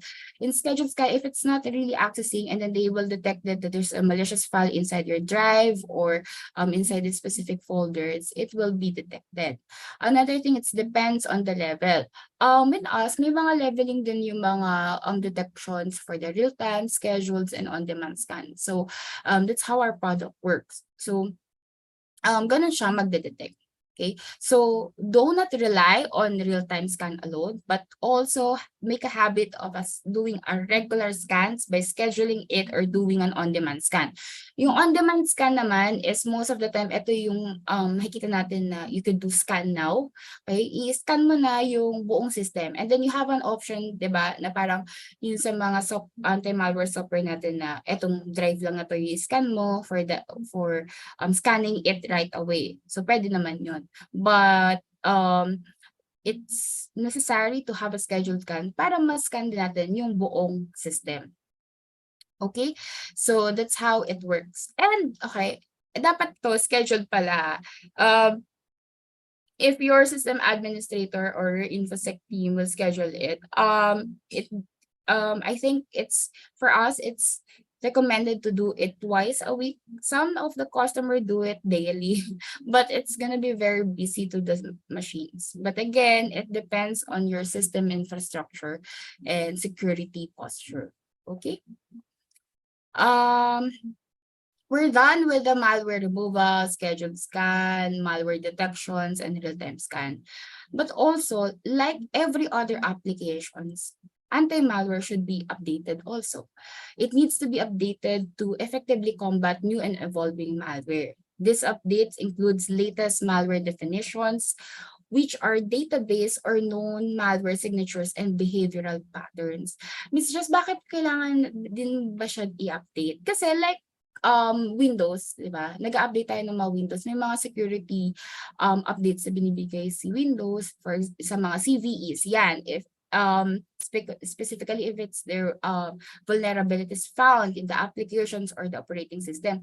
Ganun din si anti-malware. It needs to be updated para you will get the latest malware definitions, patterns, or signatures that can detect the latest malware also. Kasi syempre, if may bagong release na malware and you didn't update your anti-malware solution, then doon na papasok na, bakit hindi po na-detect? Then pag in-inspect namin yung machine, hindi po updated yung patterns nyo, hindi po kayo nag-patch, hindi po updated yung mga signatures. Ito na po yung signature namin, na-release na po siya way back June pa. Pero yung pattern nyo is updated lang last January. Yung malware na to is released May 2023. So that's why may mga machines talaga na nai-infect. Kasi nakakalimutan din nilang mag-perform ng update. So it's not only the operating system, but also even your anti-malware solutions should be updated too. Okay, so we could cater and then we could do proactive detection of the malwares, right? Next will be, okay, it's the web protection. Ginagawa na siyang package nowadays for anti-malware solutions. Okay? Anti-malware software includes web protection, which includes safe browsing and anti-phishing capabilities. So you don't have to worry most of the time kasi yung mga anti-malware products ngayon is nag-o-offer na ng integration of web protection. What does it mean? Yung pag-access nyo sa mga Chromes, IE, or Mozilla Firefox or Edge, if it's a malicious website, it can be detected. So mabablock niya agad yun. Makikita nyo naman na this anti-malware, this website is malicious, so it blocked by this anti-malware solution. Mabablock na siya. Okay? Also, okay, your information security team can customize the web protection. If they don't want you guys to access Facebook, YouTube in your production laptop, they could block it already in the web protection settings of your anti-malware. Okay? Even they could block and they could specifically allow URLs in the web protection settings of your anti-malware. So kaya because iiba kasi dun sa network security, but now the anti-malware solutions can provide web protection that can block or allow URLs. Okay? And then minsan, bakit legitimate naman tong website pero nabablock pa din siya? Because of the scoring. May mga scoring din kasi and leveling when it comes to blocking a specific URLs or website. Depends on the settings of your anti-malware protection. So let's say, hindi naman namin binablock yung Facebook, pero nabablock pa rin siya. Because maybe the web protection scoring or security posture is very strong. Like let's say if it's set to low, medium, or high, it's set to high. So even if it looks like Facebook's not malicious, when it reaches specific score, it can be blocked. So yun, this is very essential kasi alam naman natin na yung mga phishing, yung mga spyware, adware, dyan nakukuha sa pagpo-browse. So don't worry, most of the anti-malware protection nowadays provide web protection also. Okay? Now, yung question kanina, paano naman yung sa mga emails, okay? Doon na papasok yung email scanning, okay? Don't worry, there's also anti-malware protections that integrate also email protection, okay? So, with email clients to scan incoming and outgoing emails for malware attachments or links. So, pwede yung mga anti-malware solutions nyo, there will be the one to scan yung email and then bablock na nila yon. Okay? May mga ganong products and even spam. Okay? Hindi kayo, may mga companies na they don't want to receive spam. So nakablock na agad yon. Or minsan makikita nyo siya agad nasa junk mail na. Hindi siya pumapasok sa mismong inbox nyo. Okay? Nadidelete na siya agad. Nabablock na siya. So, ganun naka-powerful yung anti-malware. So, it's not basically protection against viruses, but even provides web protections, email scanning. Okay. Let me just add this. It also can block applications installation. Okay. Miss Just, bakit hindi ako makapag-install ng ganito? Bakit nabablock? It's not allowed. Parang ganun. Because anti-malware products can also set to block new installations of applications in your laptops. Okay. Your information security team can do that. There are settings and anti-malware products that can do that. Syempre, if you're new in the company, ang i-install nila dyan sa inyo, it's, let's say, you have VPN, okay? Mga Microsoft Office, Teams, Zoom, Webex, Chrome, ano pa ba yung mga tools na pwede nyo? Mga notepads, Notepad++, ano pa ba? Let's say, mga Wireshark, ganyan. Yung mga MobaXterm, yung mga pang-connect nyo pa so other remote, yan. I'm not sure if pwede pa yung AnyDesk, but I think it's not advisable. Pero yun, yung mga usual na kailangan nyo lang sa prod, yun lang i-install nila if they will issue your production laptop. Now, ikaw, may gusto kang i-install. Let's say, gusto mo mag-install ng Spotify dun sa laptop mo. It will be blocked. It can be blocked also. Kasi nakaset na yung machine mo na ito yung mga inventory lang ng mga applications na in-install upon issuing the laptop. So, pwede nang i-block yun or iset na ng InfoSec team mo na ay hindi na to pwede mag-install pa. Not unless i-request mo sa kanila. Kaya nga, di ba, may mga IT team tayo na sila responsible to verify nung mga request natin na i-install na mga applications. So, anti-malware products can do that. Okay? Ganun na sila ka-powerful ngayon. Next is, aside from preventing and detecting malwares, it provides also reporting and notifications. Okay? So, it can generate reports and notify the users about detected threats, scan results, and overall system security status. Hindi na lang siya more on detection. Okay? So, kung kayo, yung mga InfoSec team nyo, makikita na nila. Kasi may mga web console din ng mga anti-malware protection. Most of the time, if it's dedicated for enterprise group, may mga web console din yan. And then, they could do audit and checking also. Which are the machines that mas maraming report ng detected threats? Makikita nila. Okay? Magkakaroon din sila ng inventory. Ano ba yung madalas na threats na i-scan, okay? And makikita rin doon kung ano yung mga top scans ng mga files or even drives or path. And ano din yung mga machines na madalas nakakakuha ng mga malwares. So alam ng InfoSec team nyo kung yung machine nyo ba yung madalas na i-infect. Okay? So makikita din nila yun doon. And then they will analyze, paano ba to? So if na, ay sa email niya to or may pinasok siyang flash drive and then nag-copy siya ng file and yung kinopy niya na file, that's one na infected. So something like that. In our case, it really helpful because at least we could trace back, okay, saan ba nanggaling yung detection. Okay? Makikita doon na dito sa folder na to, and then we will know what really happened in that incident. Okay, so that are the function of an anti-malware. I forgot to include anti-malware solutions also can block the use of flash drives or USB. So may mapapansin niyo, diba, hindi allowed na mag-input ng mga flash drives or USB sa mga laptops because block siya. Okay, kasi possible kasi na dun manggagaling yung malicious threat, okay, or malicious file. So may mga anti-malware solutions din tayo na can block din yung pag-i-insert nyo ng mga flash drive and hindi siya allowed. Okay, ano pa ba? Yung mga network sharing, may mga types of anti-malware solutions also na hindi basta-basta pwede mag-network share. Okay, there are different anti-malware solutions that you could use in order to protect the whole systems. So those are some possible features that anti-malware nowadays can offer. Right? And we now discussed malwares, the functions, what are the things that you need to protect. Okay, now let's discuss the importance of it.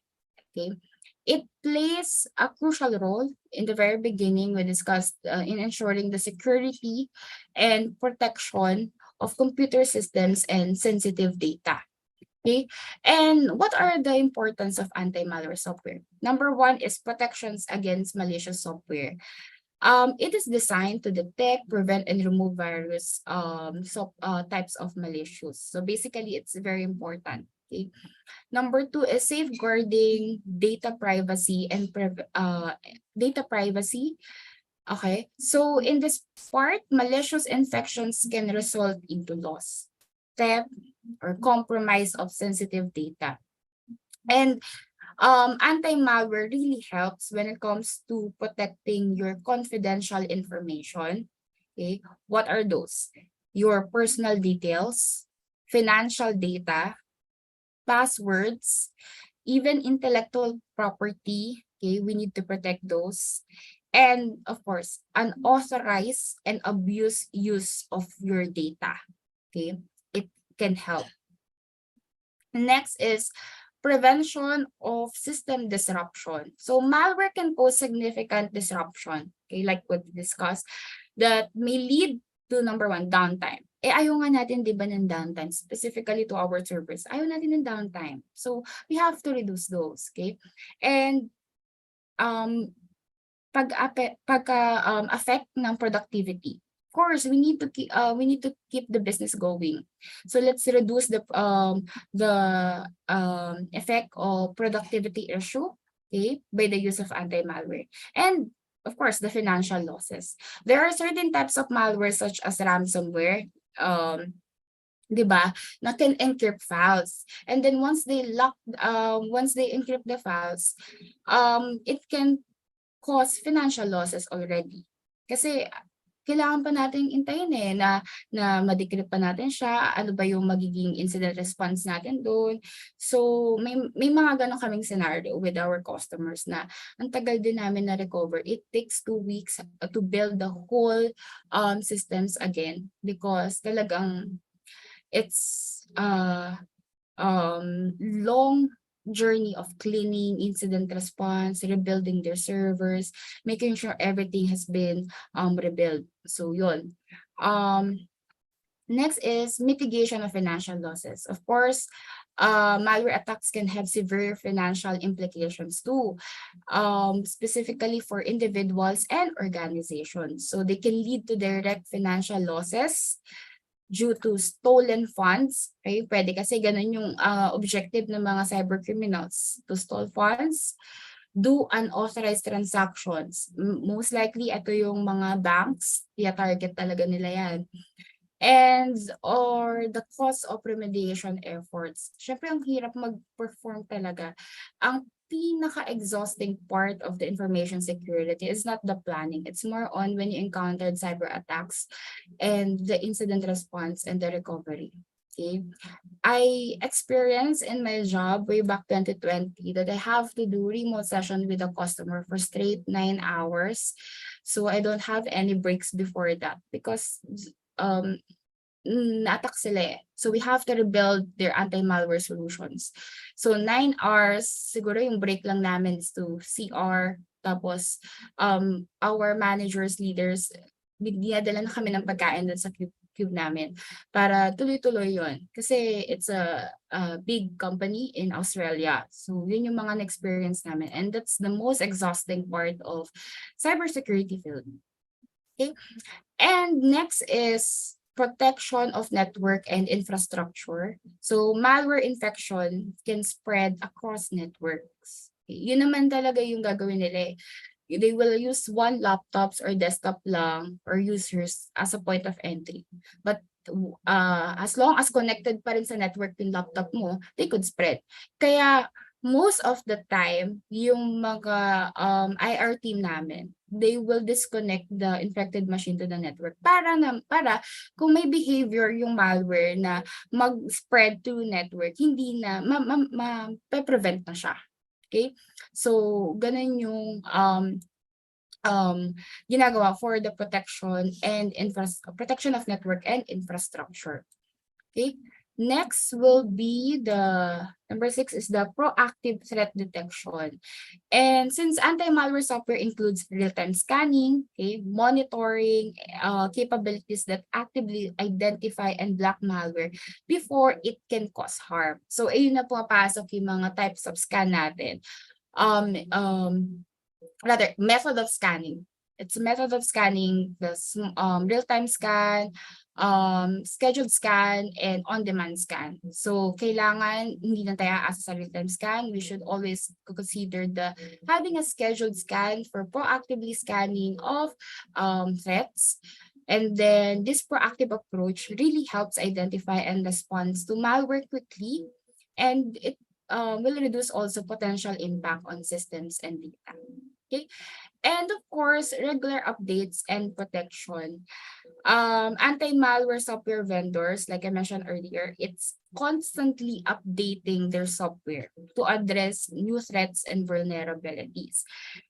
One good example are the CVEs na nire-release lately, diba? We have customers na, kahapon lang na-release yung CVEs, mag-file na agad sila ng ticket to us na, ay, covered na ba siya nito, ng ganyan. Then our core team or our developers will do a checking if it can be covered. Then we will release a specific patterns or coverage for that CVE. Kasi, let's say, wala pang nire-release na security patch. Let's say, the vulnerability is coming from the Windows Server 2012, let's say. And then, wala pang security patch na nire-release Microsoft. Some customers will ask their antivirus provider or vendors if we could cover. Okay, but we can. So, of course we can. We will do our best to cover it. But then again, what most likely anti-malware software providers share is virtual patching lang. Okay, what does it mean? It's still recommended to apply the security updates coming from the affected vendor or applications.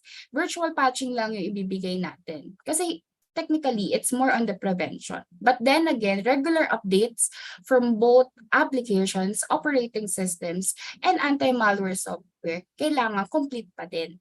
Hindi lang, kaya our gasgas na gasgas sa amin yung linya na it should always be a layered protection. Not only one, not only two, it should be layered. From your networks, yung mga firewalls nyo, proxies, IPS, IDS, and yung pagpapatch ng mga operating systems together with the anti-malware software. Dapat combine siya. Kaya hindi lang tayo aasa sa isa. Alright? So I guess that's all the discussions from the importance of anti-malware software. Let's check some questions. What are the advantages and benefits of your security tools compared to free and open sources one?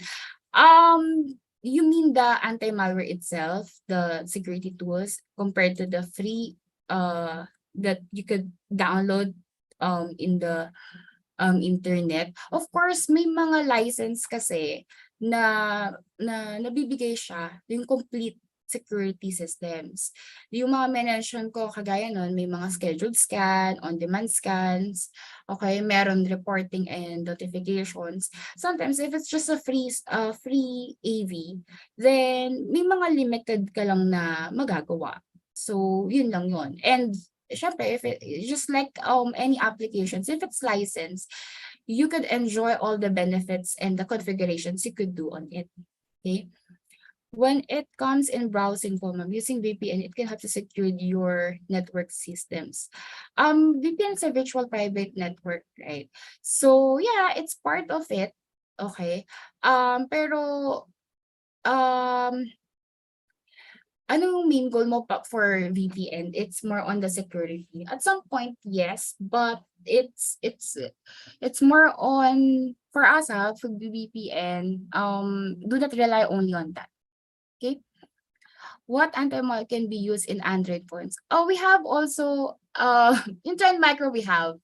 I'm not sure if it can be. I think there are trial 30 days in Google Play, so you can check that. Mine I have in my phone right now is mobile security.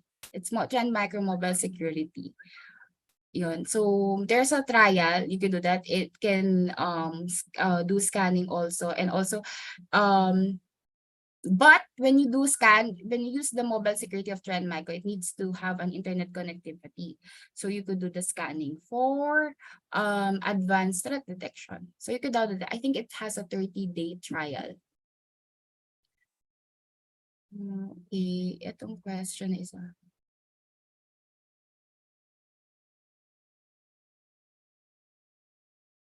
eto, I think I'm not allowed to share this this one.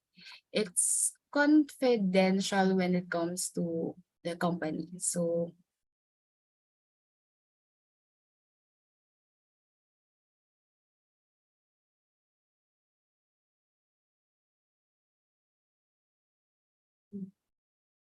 what else?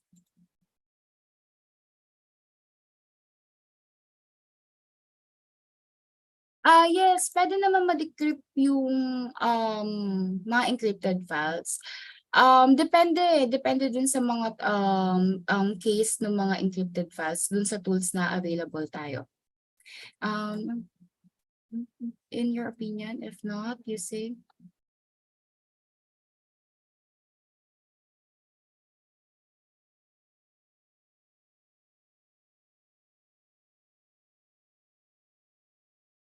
Yung question, in your opinion, if not using antivirus, anti-malware, is it enough to use firewall security? What do you mean? Parang yung question ba is kung hindi ka gagamit ng antivirus, yung firewall security ba is enough? It's firewall it's more on the pockets, right? The network. And anti-malware software, basically, most of the time, it's for file-based threats. Okay, if it's firewall security, it's the network infection. Pero if anti-malware software, it's file-based. So yung mga files mo. So kung infected yung files, sino mag-detect nun? I'm not sure if firewall cannot do that. So there are specific functionality for every security design. So yun, most of the time, anti-malware software is a file-based threat detection. So yung mga mention natin, yung mga docs file, .exe, yun yung mga na-detect niya. Pero kung mga network security, then pockets yung mga i-detect niya kung malicious pockets ba siya, diba?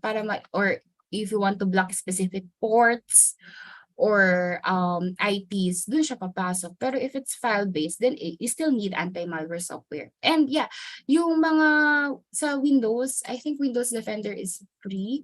Okay, and then yun sa nagtanong dun sa mobile security, you could do mobile antivirus. You could download the mobile security. I think it's free for 30 days trial. So, yun, any questions pa?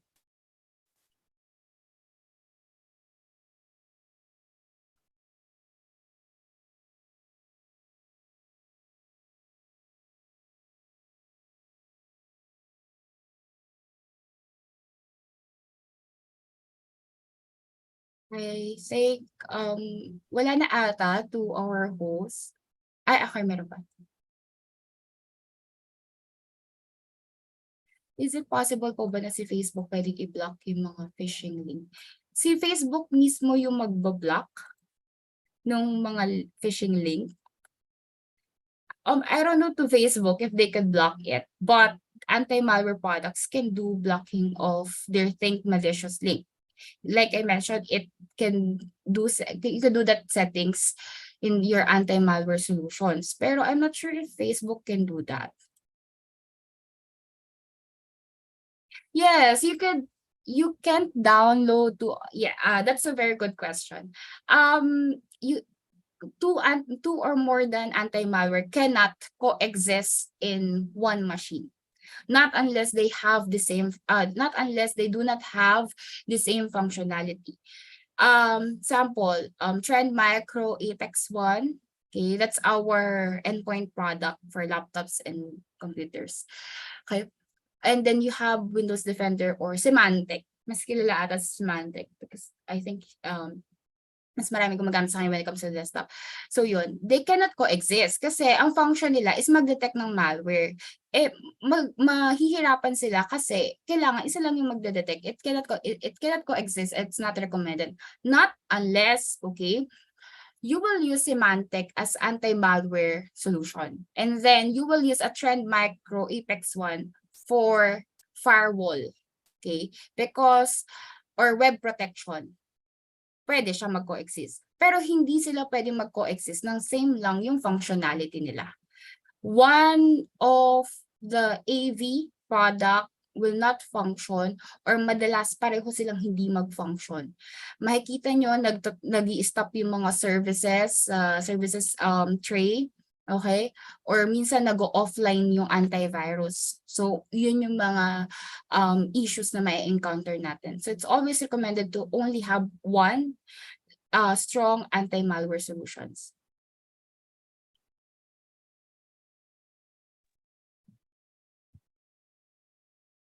Thank you very much, Ma'am Jasmine, for that informative discussion. Surely that all of the participants have learned so much from this webinar, such as the importance and advantages of anti-malware. I would also like to thank the participants who asked questions regarding the topic. And if you have questions we didn't get to today or think of new questions, you may contact a resource person through her email address sent to our chat box. The email of the resource person will be sent by our Zoom moderator and is also available in the post evaluation form.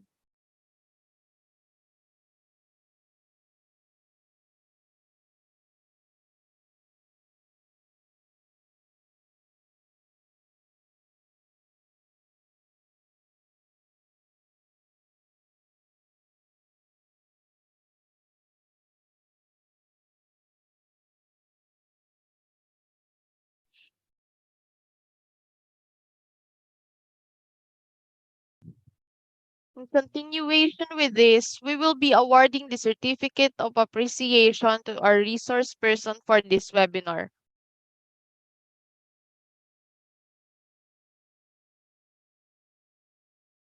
Certificate of Appreciation is hereby presented to Ms. Jasmine S. Aredidon in appreciation for hours of volunteer service as a resource person for the 2023 National ICT Month with the theme Connecting Communities, Enriching Lives, Forging a Digital Future in the Philippines. In the webinar entitled The Importance of Anti-Malware Software, given this 28th day of June 2023, signed by Engineer Antonio Edward E. Padre, the Regional Director of the DICT Region 3.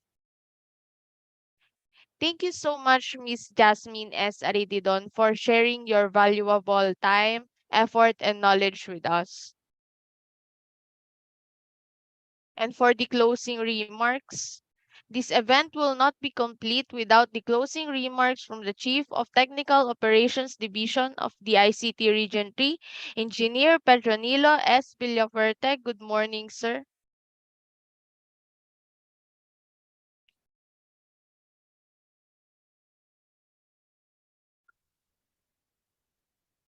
To everyone who joined us today's event, a pleasant day to all of you.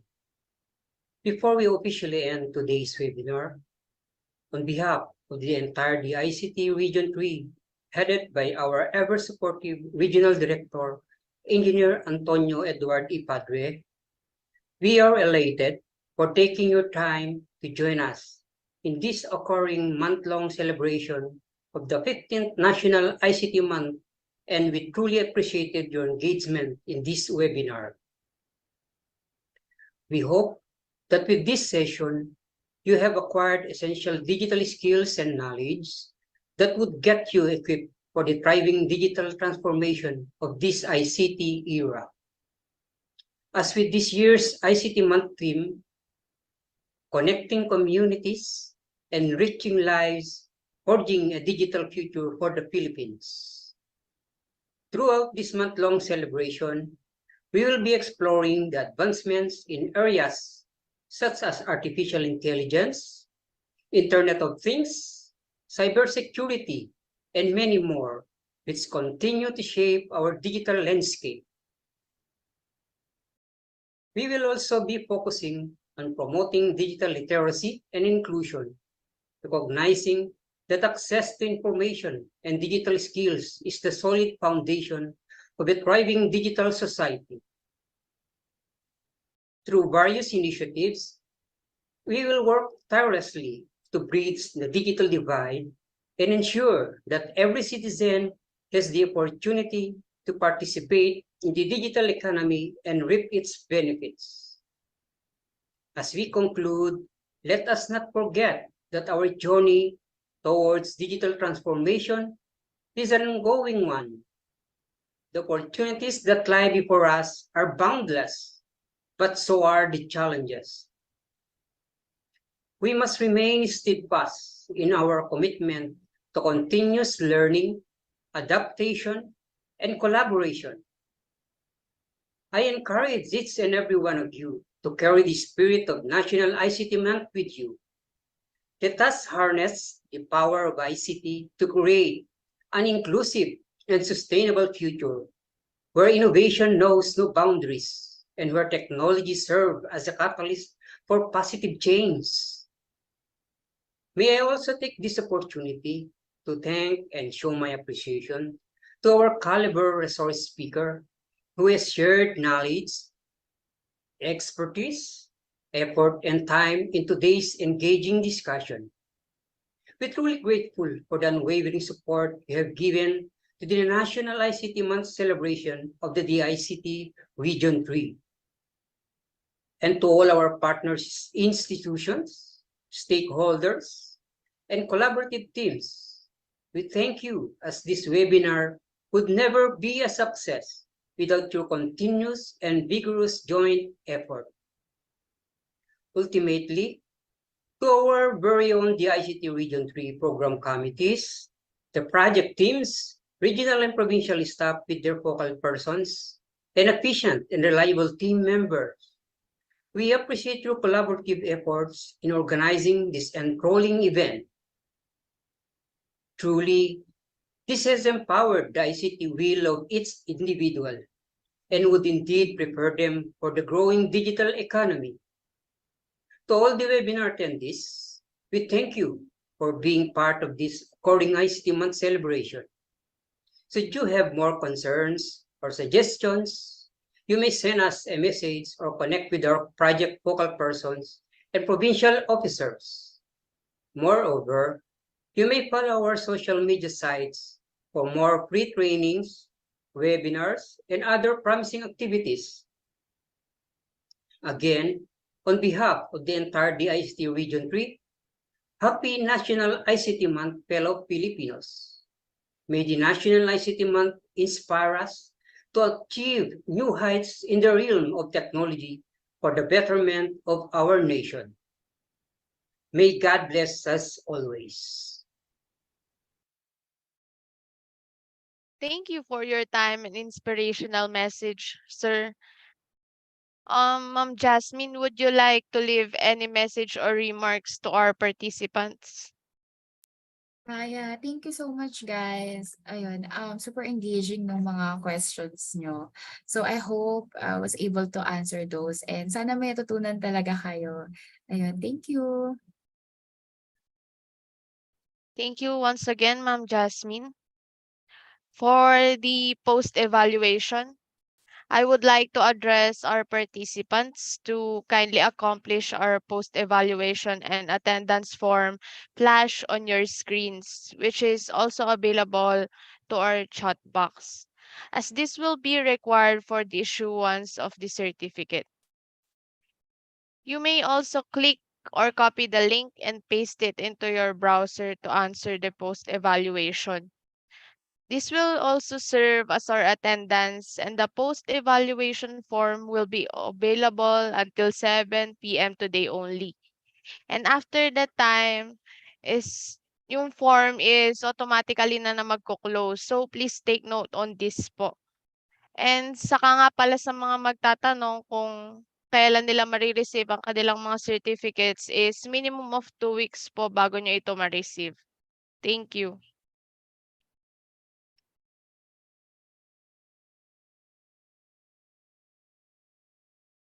Once again, thank you, Miss Jasmine S. Arididon, and thank you everyone for attending today's webinar entitled The Importance of Anti-Malware Software. And before we end our webinar, we would like to invite you to our last webinar this week entitled How Cybersecurity Helps to Avoid Cyberbullying.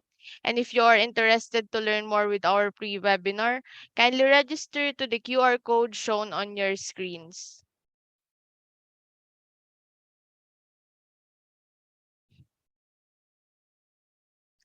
We would like to leave a quote for everyone before this webinar comes to an end. The more you learn, the more you earn by Warren Buffett. This is truly impossible with every hard work and effort that you're gonna put in life.